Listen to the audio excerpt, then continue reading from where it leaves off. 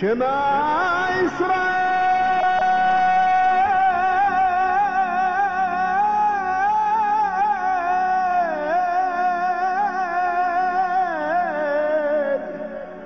Adonai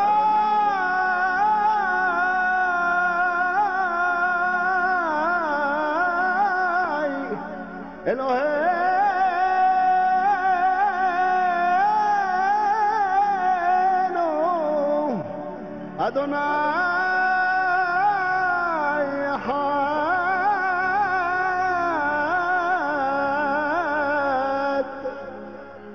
Adonai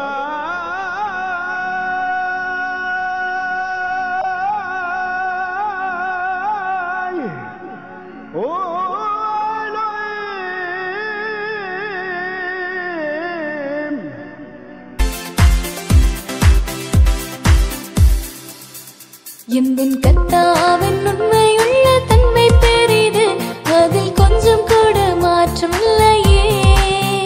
நான் பல முறை என் வார்த்தைகளில் மாறிய போதும் உந்தன் விசுவாசம் மாறவில்லையே. என் கர்த்தாவின் விஸ்வஸ்ததா எத்திரவளது, அதில் அல்பம் போலும் மாற்றம் இல்லல்லோ. இன்றைய வாக்குகள் ஞான் பலவற்றும் மாற்றிய போலும் மாறிலல்லோ. அங்கே ஸ்நேகத்தோடு வமிக்குவான், இல்லையாதொன்னும் இல்ல பிரியனே. ஈ ஸ்நேகபந்தத்தே அகத்தான் இல்லாக்கும் சாத்தியமல்ல. அங்கே கிருபையில் இத்தரையில் நீலனின்னிடான், அது பலகீன வேலைகளில் திகழ்ந்து வரும். அன்னை கிறிஸ்துவென்ன தலையோழம் உயர்த்திடுவான், சத்திய வசனமென் நாவில் என்னும் நீலனிட்டனே. அங்கே கிருபையில் இத்தரையில் நீலனின்னிடான், அது பலகீன வேலைகளில் திகழ்ந்து வரும். என்னை கிறிஸ்துவென்ன தலையோழம் உயர்த்திடுவான், சத்திய வசனமென் நாவில் என்னும் நீலனிட்டனே. Okay, shalom, praise the Lord. ஆண்டவர் மறுமை இரட்சகருமாகிய இயேசு கிறிஸ்துவின் நாமத்தில், யெஷுவா ஹமஷியாஹ் நாமத்தில் ஆண்டுடைய வார்த்தைகளை கேட்கும்படியாக அமர்ந்திருக்கிற உங்க எல்லாரையும் நான் அன்போடு கூட வாழ்த்தி நான் வரவேற்கிறேன். கர்த்தர் நம்மை ஆசீர்வதிப்பார். கர்த்தர் நம்மோடு இருந்து நம்மை நடத்துவார். நாம் இந்த நாட்கள்ல அடிப்படை உண்மைகளை அறிந்து கொள்வோம் அப்படிங்கிற தலைப்புல நம்ம ஆண்டுடைய வார்த்தைகளை நம்ம தியானிச்சிட்டு இருக்கோம். இதற்கு ஆதாரமாக மத்தேயு 7ஆம் அதிகாரத்துல 24வது வசனத்திலிருந்து வாசிப்போம். ஆகையால் நான் சொல்லி இந்த வார்த்தைகளை கேட்டு இவைகளின்படி செய்கிறவன் எவனோ அவனை கண்மலையின் மேல் தன் வீட்டை கட்டின புத்தியுள்ள மனுஷனுக்கு ஒப்பிடுவேன். பெருமழை சொரிந்து பெருவெள்ளம் வந்து காற்று அடித்து அந்த வீட்டின் மேல் மோதியும் அது விழவில்லை, ஏனென்றால் அது கண்மலையின் மேல் அஸ்திபாரம் போடப்பட்டிருந்தது. நான் சொல்லி இந்த வார்த்தைகளை கேட்டு இவைகளின்படி செய்யாதிருக்கிறவன் எவனோ அவன் தன் வீட்டை மணலின் மேல் கட்டின புத்தி இல்லாத மனுஷனுக்கு ஒப்பிடப்படுவான்.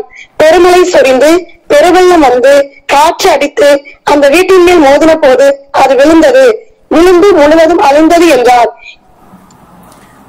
இங்க பாருங்க, ரெண்டு விதமான வீடை நம்ம பார்க்கிறோம். அதுல பாத்தீங்கன்னா ஒரு வீடு மணலின் மேல கட்டப்பட்டிருக்கு, இன்னொரு வீடு கற்பாறையின் மேல கட்டப்பட்டிருக்கு. வெளிப்படையா பார்த்தா ஒருவேளை கற்பாறையின் மேல கட்டப்பட்ட வீடை விட மணலின் மேல கட்டப்பட்ட வீடு ரொம்ப ஷைனிங்கா பளபளப்பா இருந்திருக்க கூடும். ஆனா ரெண்டு வீட்டுக்குமே ஒரே மாதிரி சோதனை தான், பெருமழை பெருவெள்ளம் காற்று. பட் ஒரு வீடு இடிந்தது விழுந்தது அப்படின்னு படிக்கிறோம். இன்னொரு வீடு அது உறுதியாக நிக்குது பாருங்க. இன்னொரு வீடு உறுதியா இருக்கு. இந்த வீடு உறுதியாக நிற்பது அப்படிங்கிறது ரொம்ப முக்கியமான ஒரு விஷயம். இந்த வீடு உறுதியா நிக்கிறதுக்கு காரணம் அந்த வெளிப்படையா தெரியுற அந்த பில்டிங் கிடையாது, அதனுடைய பளபளப்பு அல்ல, வெளியே தெரியாம இருக்கிற அந்த ஃபவுண்டேஷன், அஸ்திபாரம். சோ ஆகவேதான் நம்முடைய அஸ்திபாரத்தை சரிப்படுத்தணும் அப்படின்னு சொல்லிதான் நம்ம இப்போ நம்ம இந்த அஸ்திபாரத்துல நம்ம அதிகமான நேரத்தை நம்ம செலவழிக்கிறோம்.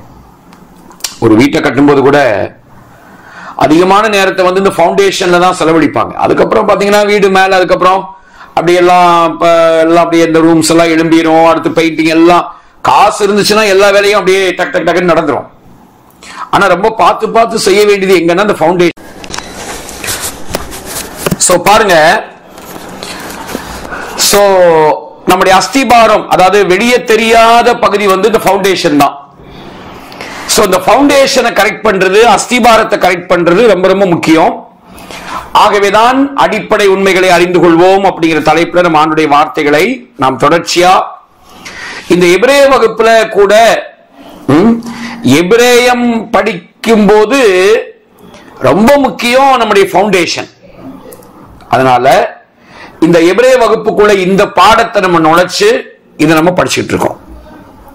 சரி, அப்ப இதுல நம்ம பாத்தீங்கன்னா திரியேக தேவனை பற்றி நம்ம படிச்சோம். அப்புறம் நம்முடைய உண்மையான வடிவத்தை பத்தி நம்ம படிச்சோம். அதுக்கப்புறம் பாவம் அதை பத்தி நம்ம படிச்சோம். அடுத்து தேவ சத்தமும் நியாயப்பிரமாணமும் அப்படிங்கிறதான பாடத்தை படிச்சோம். இப்ப நம்ம 5வது பாடமாக வார்த்தை மாம்சமானார் அப்படிங்கிறதான பாடத்தை நம்ம படிச்சுட்டு இருக்கோம். இதுக்கான ஆதாரமான வசனம் யோவான் 1ஆம் அதிகாரத்துல 1-2 வசனங்களையும் அப்புறம் 14வது வசனம் 14th words. இந்த ஆதியிலே வார்த்தை இருந்தது, அந்த வார்த்தை தேவனிடத்தில் இருந்தது, அந்த வார்த்தை தேவனாய் இருந்தது, அவர் ஆதியிலே தேவனோடு இருந்தார்.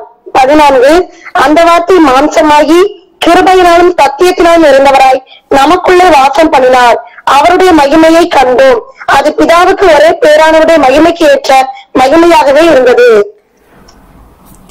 சோ வார்த்தையா இருந்தவர் மாம்சமானார். அதாவது மாம்சமானார்னா நான் உங்களுக்கு அதை ஏற்கனவே விளக்குன உங்களுக்கு ஞாபகம் இருக்கும். மாம்சமானார் அப்படின்னு சொன்னா ஏதோ அவர் மனுஷனா வந்துட்டாரு, ஏதோ இந்த சரீரத்துல வந்துட்டாரு அப்படின்னு கிடையாது. அப்படி இல்ல. வார்த்தையா இருந்தவர் மாம்சமானார் அப்படின்னா ஏதோ மனுஷனா வந்தாரு, சரீரத்துல வந்தாரு அப்படிங்கிறது இல்ல. நான் ஒரு 3 கிரீக் வேர்டை நான் சொன்னேன், உங்களுக்கு ஞாபகம் இருக்குன்னு நினைக்கிறேன்.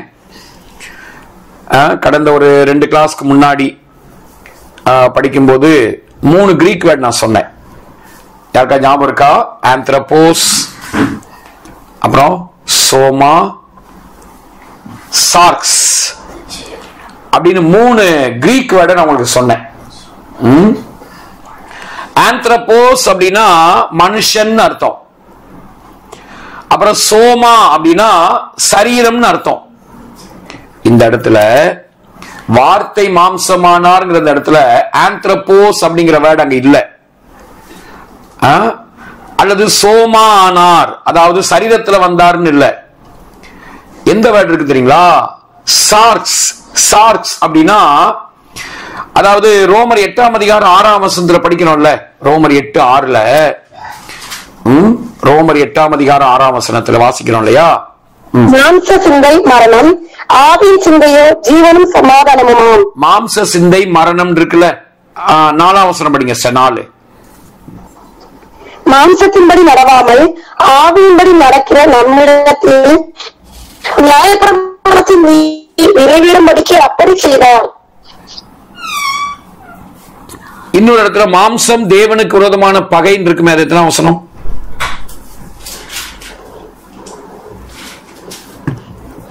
ஏழா?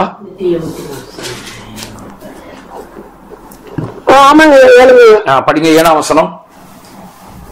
எப்படி என்றால் மாம்ச சிந்தை தேவனுக்கு விரோதமான பகை, அது தேவனுடைய நியாயப்பிரமாணத்துக்கு கீழ்ப்படியாமலும் கீழ்ப்படிய கூடாமலும் இருக்கிறது. இந்த மாம்ச சிந்தை, இந்த இடத்துல மாம்ச சிந்தை, அந்த மாம்சம் இடத்துல உபயோகப்படுத்தப்பட்டிருக்கிற வார்த்தை சார்க்ஸ். அதாவது தேவனுக்கு விரோதமான பகையாக எண்ணப்படுகிற, தேவனுக்கு கீழ்ப்படியாத, கீழ்ப்படியணும்னு நினைச்சாலும் முடியாத மாம்சம்னா என்ன தெரியுங்களா? மாம்சங்கிறது அது தேவனுக்கு விரோதமான பகை. ஏன் இது தேவனுக்கு விரோதமான பகையா இருக்குன்னா, இது கீழ்ப்படியாத ஒண்ணு. ரெண்டாவது, கீழ்ப்படியணும்னு நினைச்சாலும் இதால கீழ்ப்படிய முடியாது. அவ்வளவு நிர்பந்தமானது இந்த மாம்சம். சோ நம்ம ஆண்டவர் இயேசு, யெஷுவா வார்த்தையா இருந்தவர் மாம்சமானார்னா வெறும் ஏதோ மனுஷனானாரு, இல்ல வெறும் சரீரமானாருன்னு அர்த்தம் இல்ல. இந்த தேவனுக்கு கீழ்ப்படிய கூடாத விதத்துல ஒரு நிர்பந்தமான, மோசமான, அருவருக்கப்படத்தக்கதா இருக்கு பாத்தீங்களா, அந்த மாம்சத்தை எடுத்து வெளிப்பட்டார். புரியுதா? மோசமான, அருவருப்பான, தேவனுக்கு விரோதமான பகையா இருக்கக்கூடிய, இப்ப நமக்கெல்லாம் இருக்கிறதான இந்த மாம்சம், அதாவது இந்த விழுந்த ஒரு மனநிலை, அந்த மாம்சமாக வார்த்தையா இருந்தவர் அந்த மாம்சத்துல தான் அவர் வெளிப்பட்டார். அப்ப என்னன்னா, நம்ம எல்லாருக்கும் என்னென்ன மாதிரியான குத்துதல், கொடைச்சல், வேதனைகள், நம்ம எல்லாருக்கும் ஆண்டவருக்கு கீழ்ப்படிய முடியாதபடிக்கு வரக்கூடியதான தடைகள், பிரச்சனைங்க, சோதனைகள், இனம் புரியாத கவலை, வேற என்னெல்லாம் உங்க வாழ்க்கையில, என் வாழ்க்கையில நம்ம அனுபவிக்கிறோமோ அது எல்லாமே நம்முடைய ஆண்டவர் இயேசுவுக்கு வந்திருக்கு. புரியுதுங்களா? அவருக்கு வந்திருக்கு. மனுஷனா அவர் வந்தப்போ எல்லா விதமான கொடைச்சல்கள், மாம்சத்துல வரக்கூடியதான வேதனைகள், இனம் புரியாத கவலை, ஒரு நேரம் நல்லா இருக்கும், இன்னொரு நேரம் டல்லா தெரியும்.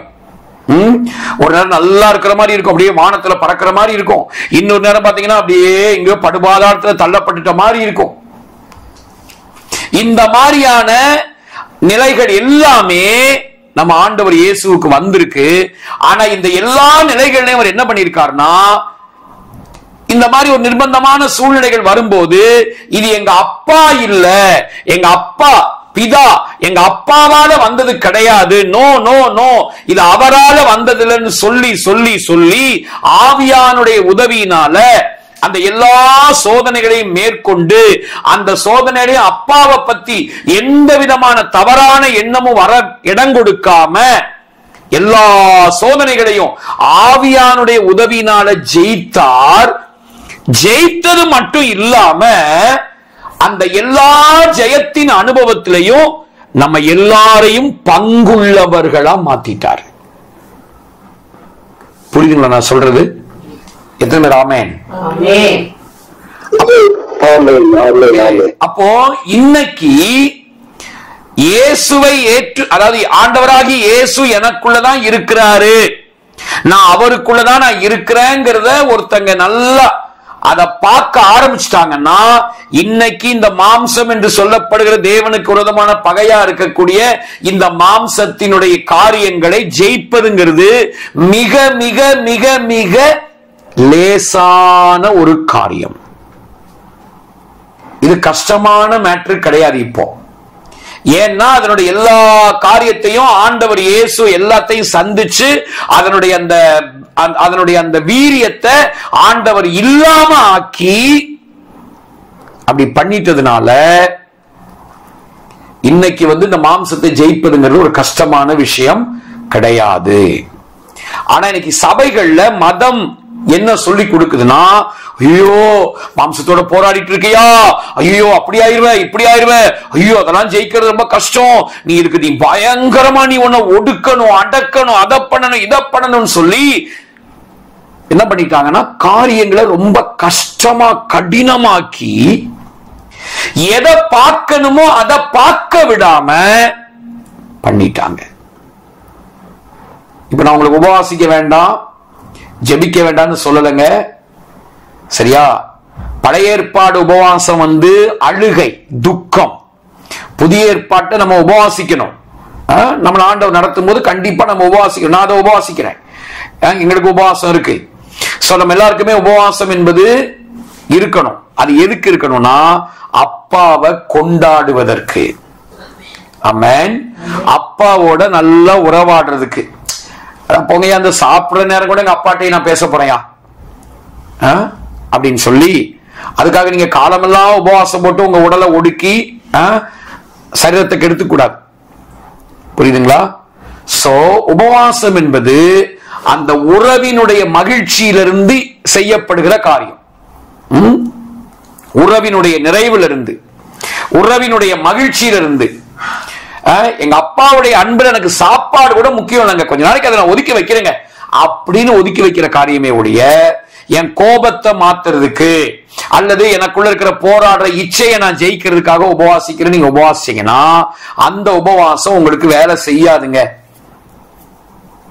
புரியுதா? வேலை செய்யாது.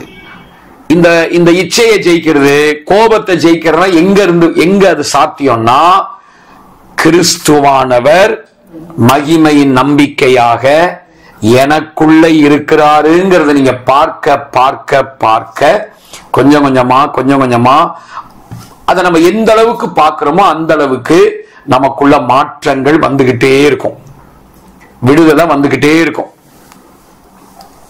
கர்த்தர் நல்லவர். ஆமென். சரி, இப்போ அந்த வார்த்தை மாம்சமானார்ங்கிற விஷயத்துல நம்ம 10 விஷயங்கள் நம்ம 6 படிச்சிட்டோம். என்னெல்லாம் படிச்சோம்னு சொல்ல முடியுமா? என்னெல்லாம் படிச்சிட்டோம்? உலக தோற்றத்திற்கு முன்பாக உண்டான தேவ திட்டம். 2, முதலாக அறிவிக்கப்பட்ட சுவிசேஷத்தின் முதல் பகுதி. 3, மனிதன் விழாமல் இருந்திருந்தாலும் நிகழும் அற்புத செயல். 4, சிலுவை பார்க்கிலும் முக்கியத்துவம் வாய்ந்த 3 முக்கியமான கடவுளின் செயல்கள். 5, ஆண்டவர் யெசுவாவின் பிறப்பின் சிறப்பு. 6, ஆண்டவர் யெசுவா வாழ்க்கையில் வெளிப்பட்ட நோக்கங்கள். இதுவரைக்கும் படிச்சிருக்கோம். இப்ப எதை படிக்கணும்? அடுத்து 7வது, இடையில் வந்த சிலுவையில் வெளிப்பட்ட இனிமையான அப்பா. இடையில் வந்த சிலுவையில் வெளிப்பட்ட இனிமையான அப்பா. ஓகே, இததான் நம்ம இப்ப படிக்க போறோம். இடையில் வந்த சிலுவையில் வெளிப்பட்ட இனிமையான அப்பா. ஓகே, இப்ப நல்லா கவனிங்க. இந்த சிலுவைங்கிற விஷயம் இருக்கு இல்லையா, இந்த சிலுவைங்கிற விஷயம் இது மனிதன் பாவம் செஞ்ச உடனே, அதுக்கு முன்னாடி ஆண்டவர் சிருஷ்டிப்புக்கு முன்னாடியே இந்த மனுஷனை பத்தி ஒரு பெரிய நோக்கத்தை வச்சிருந்தார். இந்த மனிதன் படைக்கப்பட்டதே, நான் அடிக்கடி உங்களுக்கு சொல்லியிருக்கேன், இந்த மனிதன் படைக்கப்பட்டதே உறவுக்காக. சோ ஆண்டவர் திரியேக தேவன், பிதா, குமாரன், பரிசுத்தாவியானவர், இவங்க 3 பேரும் தன்னுடைய அந்த உறவை ஷேர் பண்ணிக்கிறதுக்கு, பகிர்ந்து கொள்வதற்கு, அதாவது தங்களுக்குள்ள இருக்கிறதான 3 விஷயம். ஜீவன், அதாவது அன்பு, அப்புறம் ஜீவன், அப்புறம் வெளிச்சம். Love, life, light. 3 L. அன்பு, ஜீவன், வெளிச்சம். இந்த 3ஐயும் பகிர்ந்து கொள்வதற்காக, ஷேர் பண்றதுக்காக, அது உறவுல இருந்து அப்படியே அரவணைச்சு அப்படியே கட்டி அணைச்சு முத்தம் கொடுத்து அப்படியே அன்புனால தங்களுக்குள்ள இருக்கிற இந்த 3 விஷயத்தையும் ஷேர் பண்றதுக்காக ஒருவனை படைக்கணும். அவன் தான் மனுஷன், அவன் நம்முடைய ரத்தத்தின் ரத்தமாவே இருக்கணும் அப்படின்னு பிளான் பண்ண. அத ஹீப்ரூல மனுஷன்ங்கிற வார்த்தைக்கு எந்த வேர்டை பயன்படுத்துறாங்கன்னா அதாம். அதாம், அதாம் அப்படின்னாவே தேவனுடைய ரத்தம். ஆலேஃப், டாலேத், மெம், தேவனுடைய ரத்தம். அப்போ நீங்களும் நானும் யாருன்னா அவருடைய ரத்தத்தின் ரத்தமாய் இருக்கிறவர்கள். நமக்கும் அவருக்கு இருக்கிற உறவு இது ரத்த உறவு, திருரத்த உறவு. அப்போ ஆண்டவர் இப்படிதான் நம்மளை படைச்சாருங்க.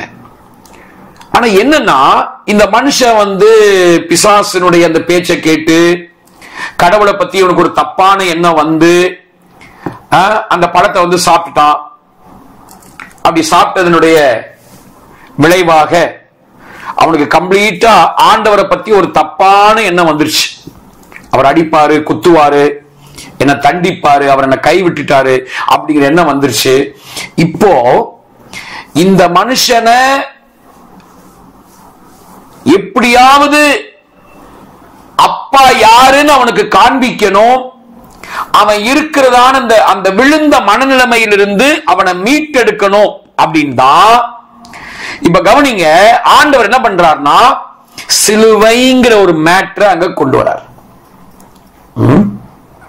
ஆக்சுவலா உலகத்தோட்டத்துக்கு முன்னாடியே அவங்க என்ன பிளான் பண்ணிட்டாங்கன்னா, இப்ப நம்ம அந்த மனுஷனை படைக்கிறோம், இவன் ஒருவேளை இவன் சொதப்பிட்டானா, ஏன்னா அவருடைய முன்னறிவுக்கு தெரியும், இவன் ஒருவேளை ஏதாவது சொதப்பல் பண்ணிட்டானா கூட இவனுடைய இந்த சொதப்பல்குள்ள நம்ம இறங்கி இவனை மீட்டெடுத்துருவோம் அப்படின்னு சொல்லி, அதாவது என்னன்னா முழு மனுக்குலத்தினுடைய வன்முறை தன்மை எந்த தண்டனையில அது முழுசா வெளிப்படுது அப்படிங்கறத பார்க்கணும் அப்படின்னு திரியேக தேவன் வெயிட் பண்ணிக்கிட்டே இருக்கார். சரிங்களா? வெயிட் பண்ணிட்டே இருக்கார். இவனுடைய முழு வன்முறையை காட்டக்கூடிய தண்டனை. இப்ப மனுஷன் பாவம் செஞ்ச உடனே அவங்களுக்கே தெரியும், அவங்க மனசே சொல்லுது நம்ம தப்பு செஞ்சா கண்டிப்பா தண்டனை உண்டு. அப்போ அந்த நாட்கள்ல எல்லாருமே இந்த யெகோவா தேவனை வழிபடாதவங்க கூட என்ன பண்றாங்க, தப்பு செஞ்சா தண்டிக்கணும் அப்படிங்கிற கான்செப்டுக்குள்ளதான் இருக்காங்க.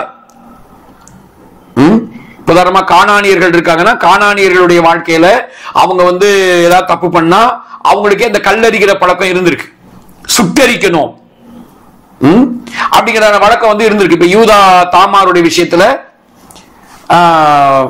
அவளை என்ன பண்றது அப்படிங்கும்போது அவ சுட்டரிக்கப்படணும் அப்படின்னு சொல்லுவாங்க. அப்ப இந்த மாதிரி தவறான தப்பு மிஸ்டேக்ஸ் வாழ்க்கையில பாவம் பண்றாங்க, தப்பு பண்றாங்கன்னா அவங்கள சுட்டரிக்கணுங்கிற வழக்கம் எல்லாம் ஆண்டவரை, அதாவது யெகோவா தேவனை ஏற்றுக்கொள்ளாம இருக்கிறவங்களுக்கே அந்த மாதிரியான மனநிலை எல்லாம் இருந்திருக்கு பாருங்க, சட்டங்கள்லாம் இருந்திருக்கு.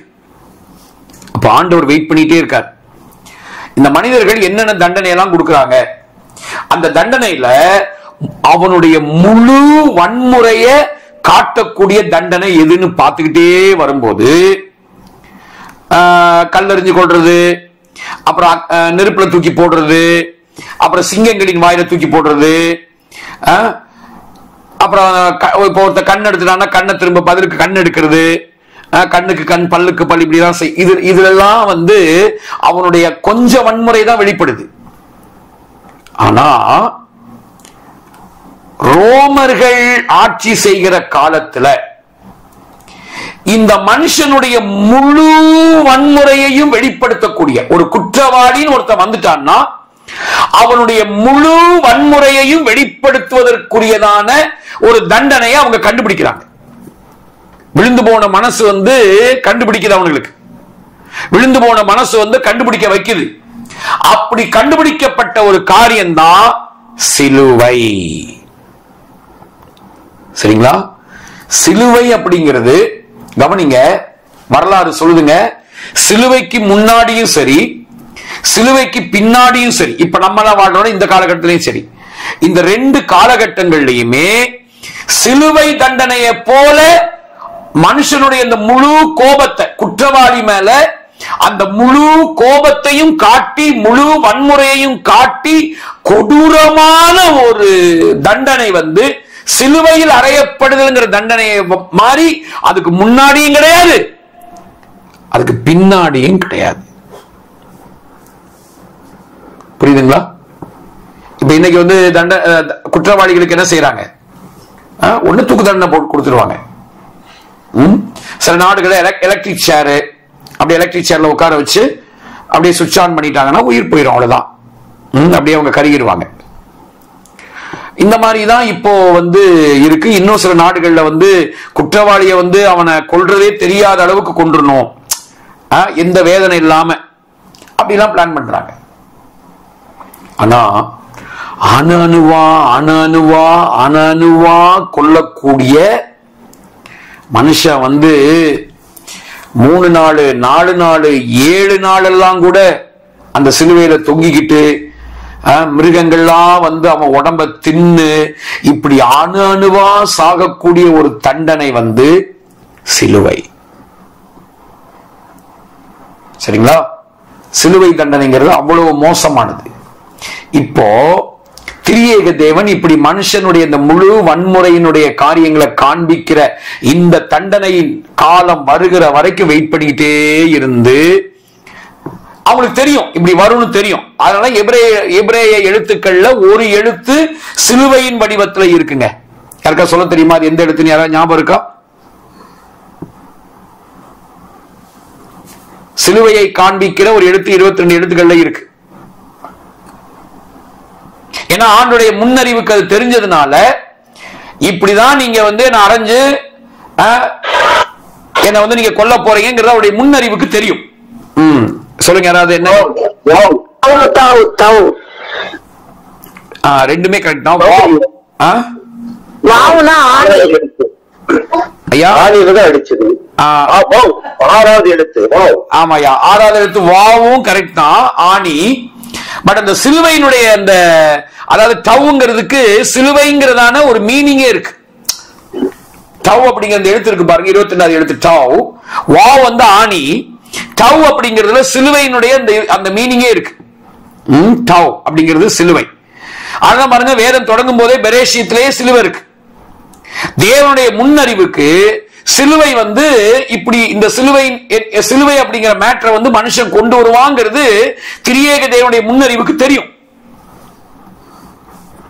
சோ அந்த காலகட்டம் வருகிற வரைக்கும் வெயிட் பண்ணி கரெக்டா 200 வருஷம், கிட்டத்தட்ட ஒரு 150 வருஷம் வச்சுக்கோங்களேன், ஏறக்குறை 150 வருஷத்துக்கு அப்புறம் இந்த சிலுவை மரணம் கண்டுபிடிக்கப்பட்டு ஒரு 150 வருஷத்துக்கு அப்புறம் தான் நம்முடைய ஆண்டவர் இயேசு யெஷுவாவை பிதா இந்த பூமிக்கு அனுப்புகிறார். அனுப்பி மனிதனை மீட்கும்படியாக அவனுடைய இந்த முழு வன்முறை ஸ்பாவத்தையும் அவன் வெளிப்படுத்தட்டும்னு சொல்லி இவங்க கண்டுபிடிச்ச அந்த சிலுவை இருக்கு பாருங்க, அந்த சிலுவைய ஓகே நாங்க ஏத்துக்கிறோம் அப்படின்னு சொல்லி 3 பேருமே பிதா குமாரன் பரிசுத்தாவியாகிய திரியேக தேவன் இதை நாங்க ஏத்துக்கிறோம், மனுக்குலமே உங்க வன்முறை எல்லாம் நீங்க இதுல காட்டுங்க அப்படின்னு சொல்லி அந்த சிலுவை என்கிற தண்டனை வெளிப்பட்ட அமல்படுத்தப்பட்ட அந்த காலத்துல கரெக்டா நம்முடைய ஆண்டவர் யெஷுவா வெளிப்படுகிறார், இந்த பூமியில பிறக்கிறாரு, பிதா அவரை அனுப்புகிறார். இப்போ நமக்கு தெரியும் அவர் வந்து 33 ஆண்டுகள் ஏறக்குறைய வாழ்ந்து அவர் சிலுவையில் அறையப்படுகிறார். 30 வருஷம் தச்சு வேலை எல்லாம் செஞ்சு, அதாவது முதல் 12 வயசு வரைக்கும் அம்மா அப்பாவுக்கு கீழ்ப்படிஞ்சிருந்து அப்புறம் 18 வருஷம் குடும்பத்தை எல்லாம் பார்த்து அந்த 30 வயசுக்கு அப்புறம் 3.5 ஆண்டுகள் ஊழியம் செஞ்சு அவர் சிலுவையில அறையப்படுகிறார். எந்த விதமான தப்பும் செய்யாம, அவர் மேல எந்த விதமான குற்றமுமே இல்லை, அவர் சிலுவையில் அறையப்படுறார். இந்த சிலுவையில் அறையப்படும் போது இங்கதான் நம்ம கவனிக்க வேண்டிய ஒரு மேட்டர் இருக்கு. இந்த சிலுவையில் அறையப்படுகிற அந்த நேரத்துல நம்ம அப்பா இந்த இடையில் வந்த இந்த சிலுவையில இயேசு அறையப்படும் போது இனிமையான நம்முடைய அப்பா, இனிமையான நம்முடைய பிதா சிலுவையில எப்படி வெளிப்பட்டார்? ஆக்சுவலா நம்ம என்ன நினைச்சிட்டு இருக்கோம், நமக்கு என்ன போதிச்சிருக்காங்க அப்படின்னா, ஆண்டவர் இயேசு சிலுவையில் அறையப்பட்ட உடனே முழு உலகத்தினுடைய பாவமெல்லாம் அவர் மேல சுமந்த உடனே பிதா பரலோகத்துல இருந்தாரு, அவர் வந்து என்ன பண்ணிட்டாரு, தன்னுடைய முகத்தை குமாரனுக்கு மறைச்சிட்டாரு. ஏன் மறைச்சாரு? அவர் பாவத்தை பாராத சுத்த கண்ணனா இருக்கிறதுனால முகத்தை மறைத்து விட்டார். அப்படி முகத்தை திருப்பிட்டாரு. இயேசு சிலுவையில தனித்து விடப்பட்டுட்டாரு. சோ அங்க அவருக்கு எந்த விதமான உதவியுமே இல்ல, அவர் தனித்து விடப்பட்டுட்டாரு. பிதா அவரை கைவிட்டுட்டாரு, முகத்தை மறைத்து கொண்டார். அப்படின்னு நமக்கு போதிச்சிருக்காங்க. நம்மளாம் கடந்த காலங்களில் அதான் நம்ம நமக்கும் போதிச்சாங்க. நம்மளும் அதை சபைகள்ல நம்மளும் அதை போதிச்சோம். உங்களுக்கும் நாங்க அதை போதித்தோம். ஆனா உண்மையிலேயே அதுதான் நடந்துச்சா சிலுவையில? ஏன்னா அதுக்கேற்றபடி ஆண்டவர் யெஷுவா கதறாரு, என் தேவனே என் தேவனே ஏன் என்னை கைவிட்டீர் அப்படின்னு கதறுகிறாரே. அப்ப அப்படிதான் நடந்துச்சா? அப்ப உண்மையிலே அங்க என்ன நடந்துச்சு அப்படிங்கறத நம்ம விளங்கிக் கொள்ள போறோம். சிலுவையில என்னங்க நடந்துச்சு? மாம்சத்துல, அதாவது வார்த்தையா இருந்தவர் மாம்சமான போது இந்த சிலுவையில் என்ன நடந்தது அப்படிங்கறத நம்ம விளங்கிக் கொள்ள போறோம். கவனிங்க, நம்ம நினைக்கிற மாதிரி நம்முடைய ஆண்டவர் இயேசுவை பிதா, யெஷுவாவை பிதா சிலுவையில கைவிடவும் இல்லை, முகத்தை மறைக்கவும் இல்லை. ஓகேங்களா? ஏசாயா 53ஆம் அதிகாரம் 10ஆம் வசனத்தை வச்சுதான் ஆமா இப்படி இயேசுவை பிதா கைவிட்டாருங்கிறதுக்கு ஏசாயா 53:10 தான் வச்சு சொல்லுவாங்க. கவனிங்க, அதுக்கு முன்னாடி சில வசனங்களை படிச்சுட்டு இந்த வசனத்துக்கு வருவோம். ஏசாயா 53:2 படிங்க, 2ஆம் வசனம் படிங்க. இளங்களை போலவும் வறண்ட நிலத்திலிருந்து துணிகிற வேரை போலவும் அவனுக்கு முன்பாக எழும்புகிறார். அவருக்கு அழகும் இல்லை, சௌந்தரியமும் இல்லை.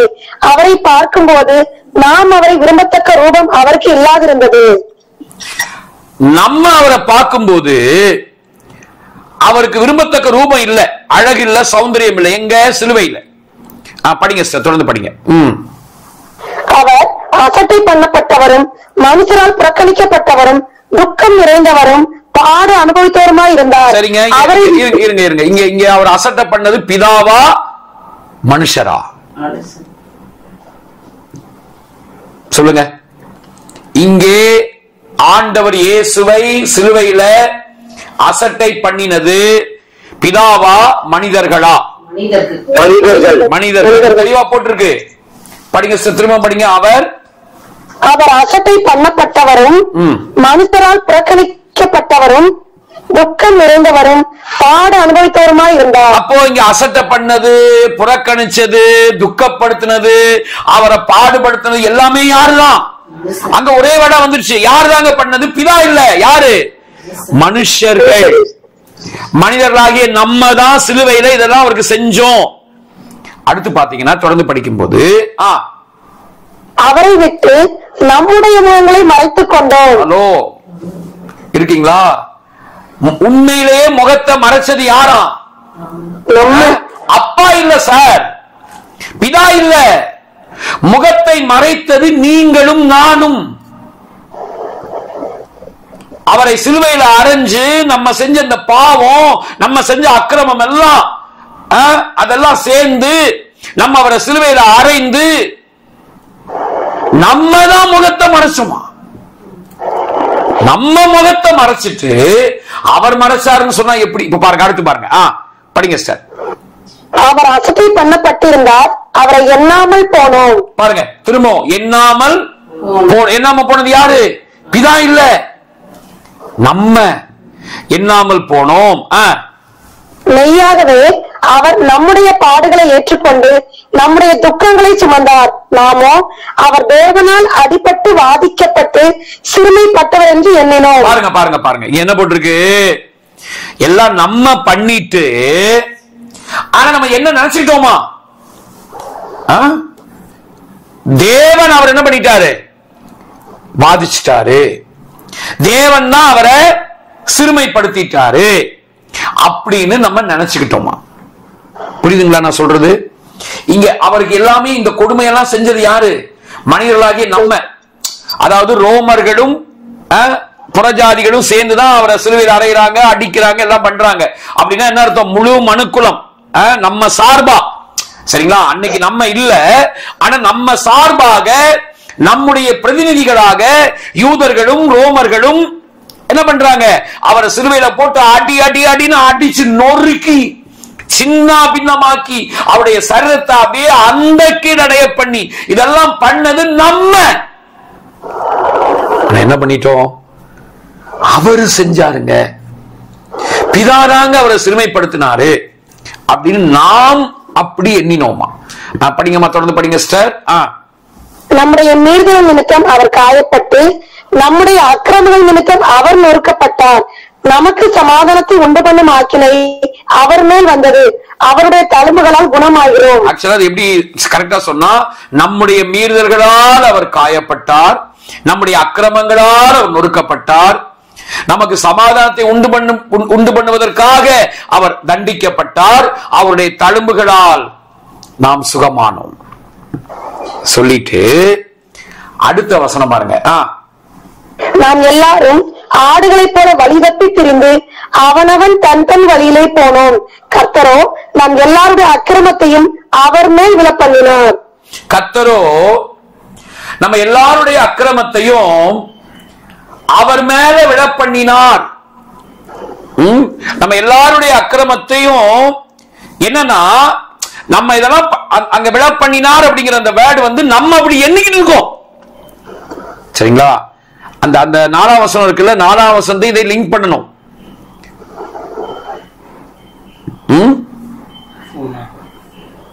சோ 4ஆம் வசனத்தையும் இந்த 6ஆம் வசனத்தை லிங்க் பண்ணி பார்த்தா, அதாவது கர்த்தர் தான் அவர் மேல எல்லாத்தையும் விழ பண்ணிட்டாருன்னு சொல்லி நம்ம எண்ணிக்கிட்டு இருக்கோம். எல்லாமே நம்ம அப்படி எண்றோம். சரிங்களா?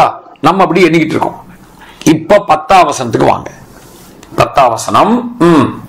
கர்த்தரோ அவரை நொறுக்க சித்தமாகி அவரை பாடுகளுக்கு உட்படுத்தினார். அவருடைய சரி, ஆக்சுவலா இது வந்து எப்படி இது இருக்குன்னா, ஒரிஜினல் பைபிள்ல இன்னும் சொல்ல போனா ஹீப்ரூல இருக்கிற அந்த மேட்டரை வந்து ரபிமார்கள் வந்து கரெக்டா என்ன பண்ணிருக்காங்கன்னா, செப்துவஜின்ட் அப்படிங்கறதான அந்த ஹீப்ரூ டெக்ஸ்ட் அப்படியே டிரான்ஸ்லேட் பண்ண செப்துவஜின்ட் அப்படிங்கறதான கிரேக்க மொழிபெயர்ப்பு இருக்கு. அது எப்படி இருக்குன்னா, நாம் தான் அவரை பாடுகளுக்கு உட்படுத்தினோம், கர்த்தரோ அவரை நொறுக்க சித்தமாகி இல்ல, கர்த்தரோ அவரை குணமாக்க சித்தமானார். புரியுதுங்களா? அதாவது கரெக்டா சொல்ல போனா, பாடுகளுக்கு உட்பட்டிருந்த அவரை கர்த்தரோ சுகமாக்க, நாட்டு நொறுக்க,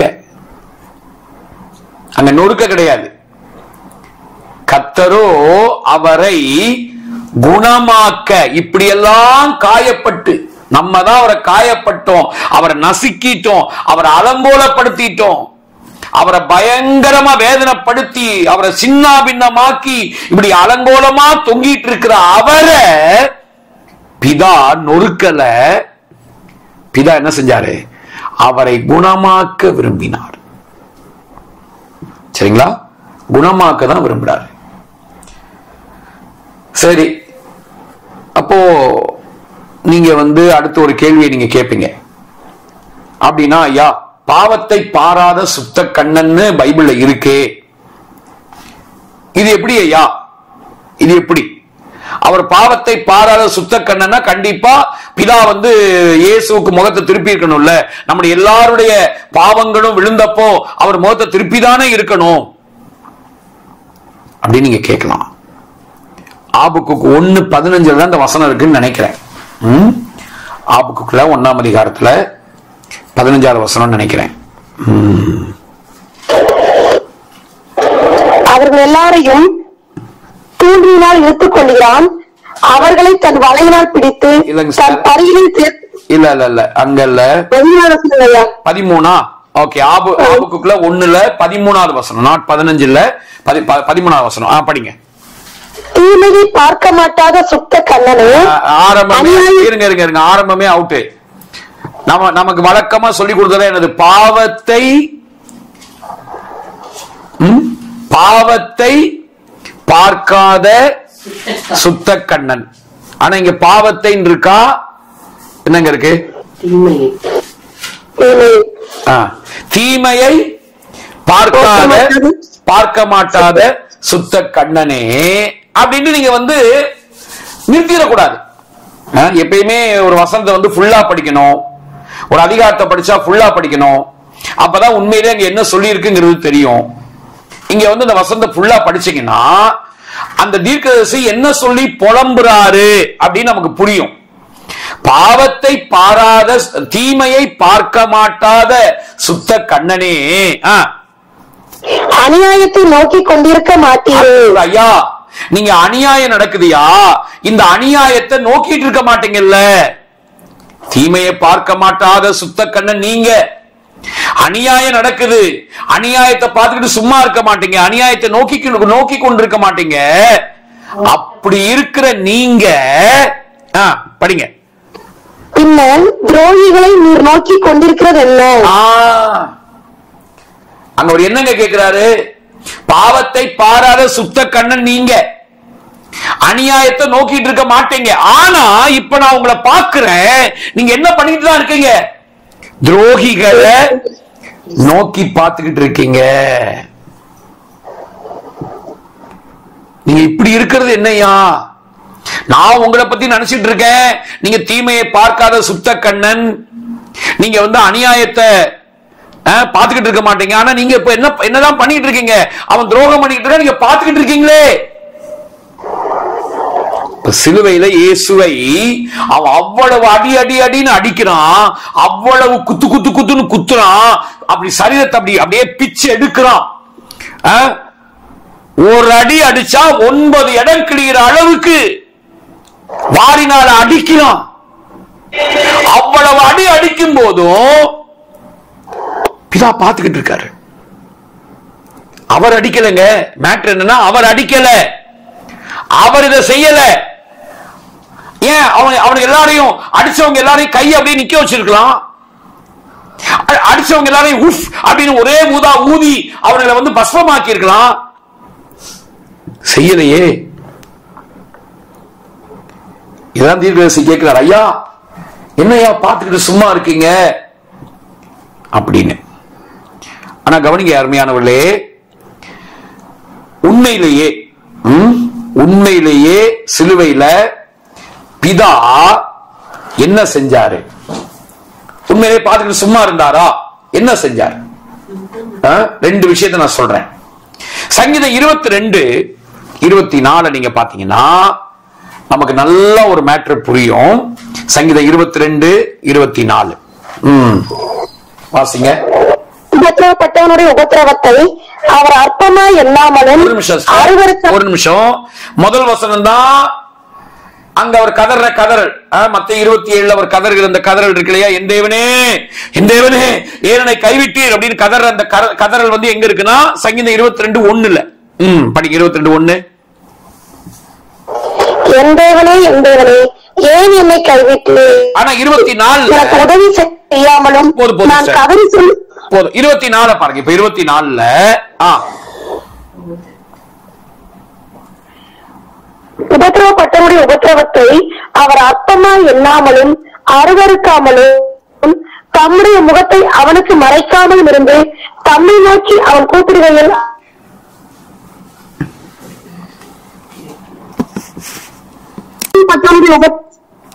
உபத்திரவத்தை அவர் அற்பமா எண்ணாமலும் அருவருக்காமலும் தம்முடைய முகத்தை அவனுக்கு மறைக்காமலும் இருந்து தம்மை நோக்கி அவன் கூப்பிடுகையில் அவனை கேட்டருளினார். இதா இயேசு உபத்திரவப்படும் போது அத அற்பமா எண்ணல. அடுத்தது இப்படி அவர் சின்ன பின்னம் ஆக்கப்படும் போது அவர் இயேசுவை அருவருக்கவில்லை, முகத்தை திருப்பல. அடுத்து படிக்கிறோம், முகத்தை மறைக்கல. நமக்கு சொல்லிட்டாங்க முகத்தை மறைச்சிட்டாருன்னு, ஆனா முகத்தை அவர் மறைக்கவில்லை. அடுத்தது அவருக்கு குமாரனுக்கு பிதா செவி கொடுத்தார். அப்படின்னா இந்த சிலுவையில என் தேவனே என் தேவனே ஏன் என்னை கைவிட்டீர்னு ஆண்டவர் இயேசு கதறின கதறலுக்கு என்னதாயா அர்த்தம்? மத்தேயு 27 எங்க இருக்கு? 45ங்களா? மத்தேயு 27ஆம் அதிகாரத்துல 45 நினைக்கிறேன், அங்கதான் இருக்கு. 45 46 பாருங்க. 6 மணி நேரம் முதல் 9ஆம் மணி நேரம் வரைக்கும் பூமி எங்கும் அந்தகாரம் உண்டாயிற்று. 9ஆம் மணி நேரத்தில் இயேசு ஏலி ஏலி லாமா சபக்தானி என்று மிகுந்த சத்தமிட்டு கூப்பிட்டார். அதற்கு என் தேவனே என் தேவனே ஏன் என்னை கைவிட்டீர் என்று அர்த்தமாம். என் தேவனே என் தேவனே ஏன் என்னை கைவிட்டீர்னு அவர் கதறின அந்த கதறல், இது பிதா அவரை கைவிட்டதுனால அப்படி அவர் கதறல. இது என்னன்னா, அப்படியே எல்லாம் அந்தகாரமாகி எல்லாம் அப்படியே அந்தகாரமான உடனே இந்த ஆதி மனுஷன் ஆதாம் பாவம் செய்யற அந்த நேரத்துல அப்பாவை பத்தி பிசாசு ஒரு தப்பான கண்ணாடியை மாட்டினா பாருங்க. அதாவது நம்ம தப்பு பண்ணிட்டோம், இனி அப்பா என்ன நேசிக்க மாட்டாரு, அப்பா என்ன கைவிட்டுருவாரு, என்ன அவர் என்ன விரும்ப மாட்டாரு, என் மேல அவர் கோபமா இருக்கிறாருன்னு ஒரு கண்ணாடிய ஆதாம் போட்டான் பாருங்க. ஆதாம் போட்டிருந்த, இன்னைக்கு நம்ம எல்லாருமே அப்பப்ப இந்த கண்ணாடியை தான் போட்டிருக்கோம்.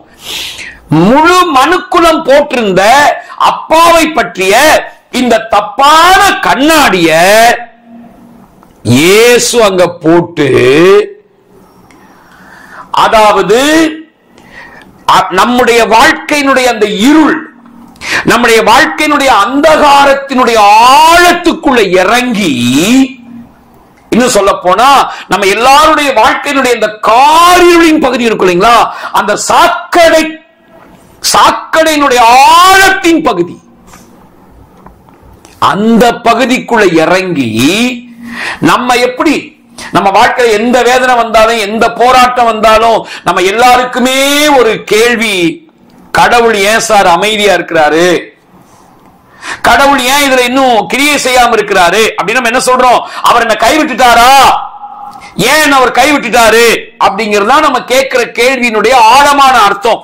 அந்த நம்முடைய கதறலை இயேசு சிலுவையில் கதறினார். புரியுதா உங்களுக்கு? உண்மையிலேயே பிதா அவரை கைவிட்டதுனால இயேசு கதறல. பிதா அவரை கைவிடவே இல்லை. பிதா முகத்தை மறைக்கவும் இல்லை, கைவிடவும் இல்லை. ஆனா அவர் கதர்ன அந்த கதறல் அது நம்ம எல்லாரும் அப்பாவை பற்றி, பிதாவை பற்றி, கடவுளை பற்றி ஒரு தப்பான கண்ணாடியை போட்டுக்கிட்டு, தப்பான கண்ணாடி பாருங்க. இப்ப நமக்கு யாருக்காவது கோபம் வந்துருச்சுன்னா நம்ம எல்லாருமே பிள்ளைங்களை கூட திட்டும் போது கூட, நான் நேற்று பாக்குறேன், பிள்ளைங்களை திட்டும்போது கூட ஒரு அம்மா சொல்லு, டேய் பஸ்பமாயிருவடா, டேய் கடவுளுக்கு முன்னாடி நீ பஸ்பமாயிருவ, அழிஞ்சு போயிருவ, அவட்ட மோதாத, குத்திடுவாரு. என்னன்னா நம்ம மைண்ட்ல அப்படிதான் இருக்கு. ஆனா சொல்லிக்குவோம், அப்பா நான் அவர் அப்பாவா பாக்குறேன், சும்மா அதெல்லாம் உனக்கு இன்னும் கடவுள் யாருன்னே உனக்கு இன்னும் புரியல. ரட்சிக்கப்பட்டு பல வருஷங்கள் ஆகியும் நம்ம ஆண்டவர் யாரு, அவருடைய உண்மையான தன்மை என்னங்கிறதே புரியாம கோபத்துல என்ன பண்றோம், நமக்கு அவனை கொஞ்சம் குத்தி கொஞ்சம் ஏதாவது பண்ணா நல்லா இருக்குங்கிற நம்முடைய எண்ணத்தை ஆண்டவர் மேல போட்டு அவர் ஒன்னு குத்திடுவாரு, அவர் ஒன்னு அடிப்பாரு, அவர் ஒன்னு பஸ்பமாக்கிடுவாரு அப்படின்னா சொல்றோம் பாத்தீங்களா. இப்படி ஒரு கண்ணாடி நம்ம போட்டிருக்கோம்ல, இந்த கண்ணாடியை இயேசு சிலுவையில போட்டு, நம்ம போட்ட கண்ணாடியை போட்டு நம்முடைய அந்த கதறலை இயேசு கதறாரு.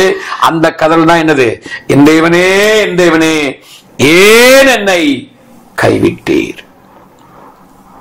பிரதர்ஸ் அண்ட் சிஸ்டர்ஸ், இந்த இடையில் வந்த சிலுவையின் மூலமாக நமக்கு வெளிப்படுகிற ஒரு நல்ல செய்தி என்ன தெரியுமா, இயேசுவை பிதா கைவிடல, இயேசுவுக்கு பிதா முகத்தை மறைக்கல. ஆனா அங்க அவர் கதர்ன அந்த கதறல் நம்முடைய கதறல், நம்முடைய வாழ்க்கையினுடைய உடைந்த பகுதிகள், அந்தகாரமான பகுதி, இருண்ட பகுதி, இருளான பகுதி, நம்ம வாழ்க்கையில இருக்கக்கூடிய அந்த சாக்கடை மாதிரி இருக்கிற அந்த அடி ஆழத்துக்குள்ள தேங்கி கிடக்கிற அந்த பகுதிக்குள்ள இயேசு இறங்கினார். அந்த சாக்கடைக்குள்ள போய் பார்த்தா எப்படி தெரியும், கடவுள் கைவிட்ட மாதிரி தான் தெரியும். தேவன் கைவிட்டுட்டாரு, கோபமா இருக்காரு, என்ன நேசிக்க மாட்டாரு, என்ன அவர் ஏத்துக்க மாட்டாரு, அப்படிதான் தெரியும். அதுதான் இயேசுவுக்கும் தெரிஞ்சது. சோ இன்னைக்கு உங்க வாழ்க்கையில, என்னுடைய வாழ்க்கையில நம்ம எங்கெல்லாம் உடைஞ்சிருக்கோமோ, எங்கெல்லாம் நம்முடைய வாழ்க்கையில காரிருள் இருக்கும், நம்ம எங்கெல்லாம் என் வாழ்க்கையில இந்த ஒரு குறிக்கப்பட்ட பகுதி தாங்க என்னுடைய ஒஸ்டான பகுதிங்க, இந்த ஒஸ்டான பகுதியை நான் உட்கார்ந்து யோசித்தா என்னையே எனக்கு பிடிக்கலங்க அப்படின்னு நம்ம சொல்றதுக்கு சில பகுதிகள் உள்ள இருக்கும். சில பேர் அதை கண்டுபிடிச்சிருக்காங்க, நிறைய பேர் அதை கண்டுபிடிக்காம இருக்காங்க. என்ன தெரியுங்களா? இல்ல ரெண்டு மேட்டர் இருக்கு. கண்டுபிடிக்காம இருக்கிறவங்க சுயநீதியிலே நிப்பாங்க. எனக்குள்ளேயும் இந்த மாதிரி எல்லாம் பகுதிகள் இருக்கு, உடைஞ்ச பகுதி இருக்கு, எனக்குள்ளேயும் என்னையே எனக்கு பிடிக்காத சாக்கடையின் பகுதி உள்ள இருக்கு அப்படிங்கறத கண்டுபிடிக்காதவங்க, நான் நல்லவங்க, நாங்க பரிசுத்தமா தாங்க இருக்கோம், எங்கிட்ட எந்த குறையுமே இல்லைங்க, நாங்க என்னங்க பண்ணோம், நாங்களும் ஒரு தப்பு பண்ணலைங்க, நாங்க விபச்சாரம் பண்ணல, நாங்க ஒண்ணும் பண்ணலன்னு சொல்லி என்ன பண்ணுவாங்கன்னா, தன்னுடைய அந்த சாக்கடையின் பகுதி உள்ள இருக்கிறது தெரியாததுனால என்ன பண்ணுவாங்க, அந்த வெளியே தெரிகிற பகுதி நல்லா இருக்கு இல்லையா, அதுல அத அப்படி நல்லா பெருசா காட்டி அதை பெருசா எண்ணி மேன்மை பாராட்டி நிப்பாங்க பாருங்க. அதுக்கு பேர் தான் சுயநீதி. சிலருக்கு அந்த பகுதியை கண்டுபிடிச்சிருவாங்க, எனக்குள்ள இப்படிலாம் சாக்கடை இருக்கு, எனக்குள்ள இப்படி காரிருள் இருக்கு, என் வாழ்க்கையில் இப்படி உடைஞ்ச பகுதி இருக்கு அப்படிங்கறது தெரிஞ்ச உடனே இன்னொரு குரூப் என்ன ஆயிரும், குற்ற உணர்வுல போய் யாரோடையுமே ஒட்டாம இந்த உலகத்துல வாழ்றதுக்கே நான் தகுதி இல்லைங்கிற நிலைமைக்கு போயிடுவாங்க. ஆனா ஆண்டவர் சொல்றாரு, நீ குற்ற உணர்வுக்குள்ள போய் அப்படியெல்லாம் நீ வாழ்க்கையில நொந்து வெந்து நீ உன் வாழ்க்கையை இழக்க வேண்டிய அவசியம் இல்லை. நீ உனக்கு பிடிக்கல, என்னையே எனக்கு பிடிக்கல நீ நினைக்கிற பத்தியா, என்னுடைய வாழ்க்கையினுடைய ஒரு ஒஸ்டான பகுதி இது அப்படின்னு நினைக்கிறல்ல, அந்த பகுதிக்குள்ளதான் நான் இறங்கி இருக்கேன். அங்க இறங்கி நீ கதறிட்டு இருக்கல, என் தேவனே என் தேவனே ஏன் கைவிட்டீங்கப்பா அப்படி நீ கதறல, அந்த ஓம் கதறல தான் நான் சிலுவையில கதறினேன்னு இயேசு சொல்றார். எத்தனை பேருக்கு நான் சொல்ற மேட்டர் புரியுது? இது ஆவியானவராக உங்களுக்கு புரிய வைக்கணும். எனக்கு புரியுது, ஏன்னா என்னுடைய ஒஸ்டான பகுதி எதுன்னு எனக்கு தெரியும், என்னுடைய அலங்கோலத்தின் பகுதி எதுன்னு எனக்கு தெரியும், என்னையே எனக்கு பிடிக்காத பகுதி எதுன்னு எனக்கு தெரியும். சோ இந்த இந்த இந்த இந்த புது உடன்படிக்கையின் வெளிச்சத்தை, இந்த திருத்துவ சுவிசேஷத்தினுடைய மேன்மையை அறியாததுக்கு முன்னாடி வரைக்கும் அந்த பகுதி என்ன மிரட்டும், என்ன குற்ற உணர்வுக்குள்ள கொண்டு போகும். இன்னும் ஒரு ஒரு ஒரு லெவல்ல அந்த குற்ற உணர்வை இன்னும் நிறைய அந்த ரங்கத்துல நிறைய தடுமாற வைக்கும். ஆனா இன்னைக்கு அது என்ன மிரட்டல, எனக்கு ஒரு பெரிய நம்பிக்கை இருக்கு. நம்ம எல்லாருக்கும் நம்ம படிச்சிருக்க ஒரு முக்கியமான மேட்டர், நான் உங்களுக்கு சொல்லி தந்த ஒரு மேட்டர் உங்களுக்கு ஞாபகம் இருக்கும். நம்முடைய வாழ்க்கையின் வரக்கூடிய எல்லா எதிர்மறையான உணர்ச்சிகள் எதுவாக இருந்தாலும் எல்லாமே அப்பா அவரோடு நாம் உரையாடுவதற்கு அவர் கொடுக்கிற அழைப்பிதழ், இன்விடேஷன். சோ சகோதரரே, பிரதர், சிஸ்டர், ஐயா, அம்மா, நீங்க யாரானாலும் சரி, உங்க கதறல இயேசு சிலுவையில கதறி நம்முடைய அடியானத்துக்குள்ள இறங்கி, நம்முடைய அந்த காரிருளின் பகுதிக்குள்ள அவர் இறங்கி, அங்கதான் கவனிங்க. இப்ப என்ன மேட்டர்னா, என் தேவனே என் தேவனே என்னை கைவிட்டீர்னு சொல்லிட்டு மட்டும் உயிரை விட்டிருந்தாருன்னு வைங்களேன், அவ்வளவுதான். இயேசுடைய மரணம் ஃபெயிலியர். நம்முடைய காரில் அவர் இறங்கினாரு உண்மைதான், ஆனா இறங்கினவர் அந்த காரில் உள்ள எந்த விதமான வேலையுமே செய்யாம போயிட்டாருன்னு அர்த்தம். ஆனா அடுத்து அங்க ஒரு காரியம் நடக்குதுங்க. என் தேவனே என்னை கைவிட்டீர்னு கதர்ன இயேசு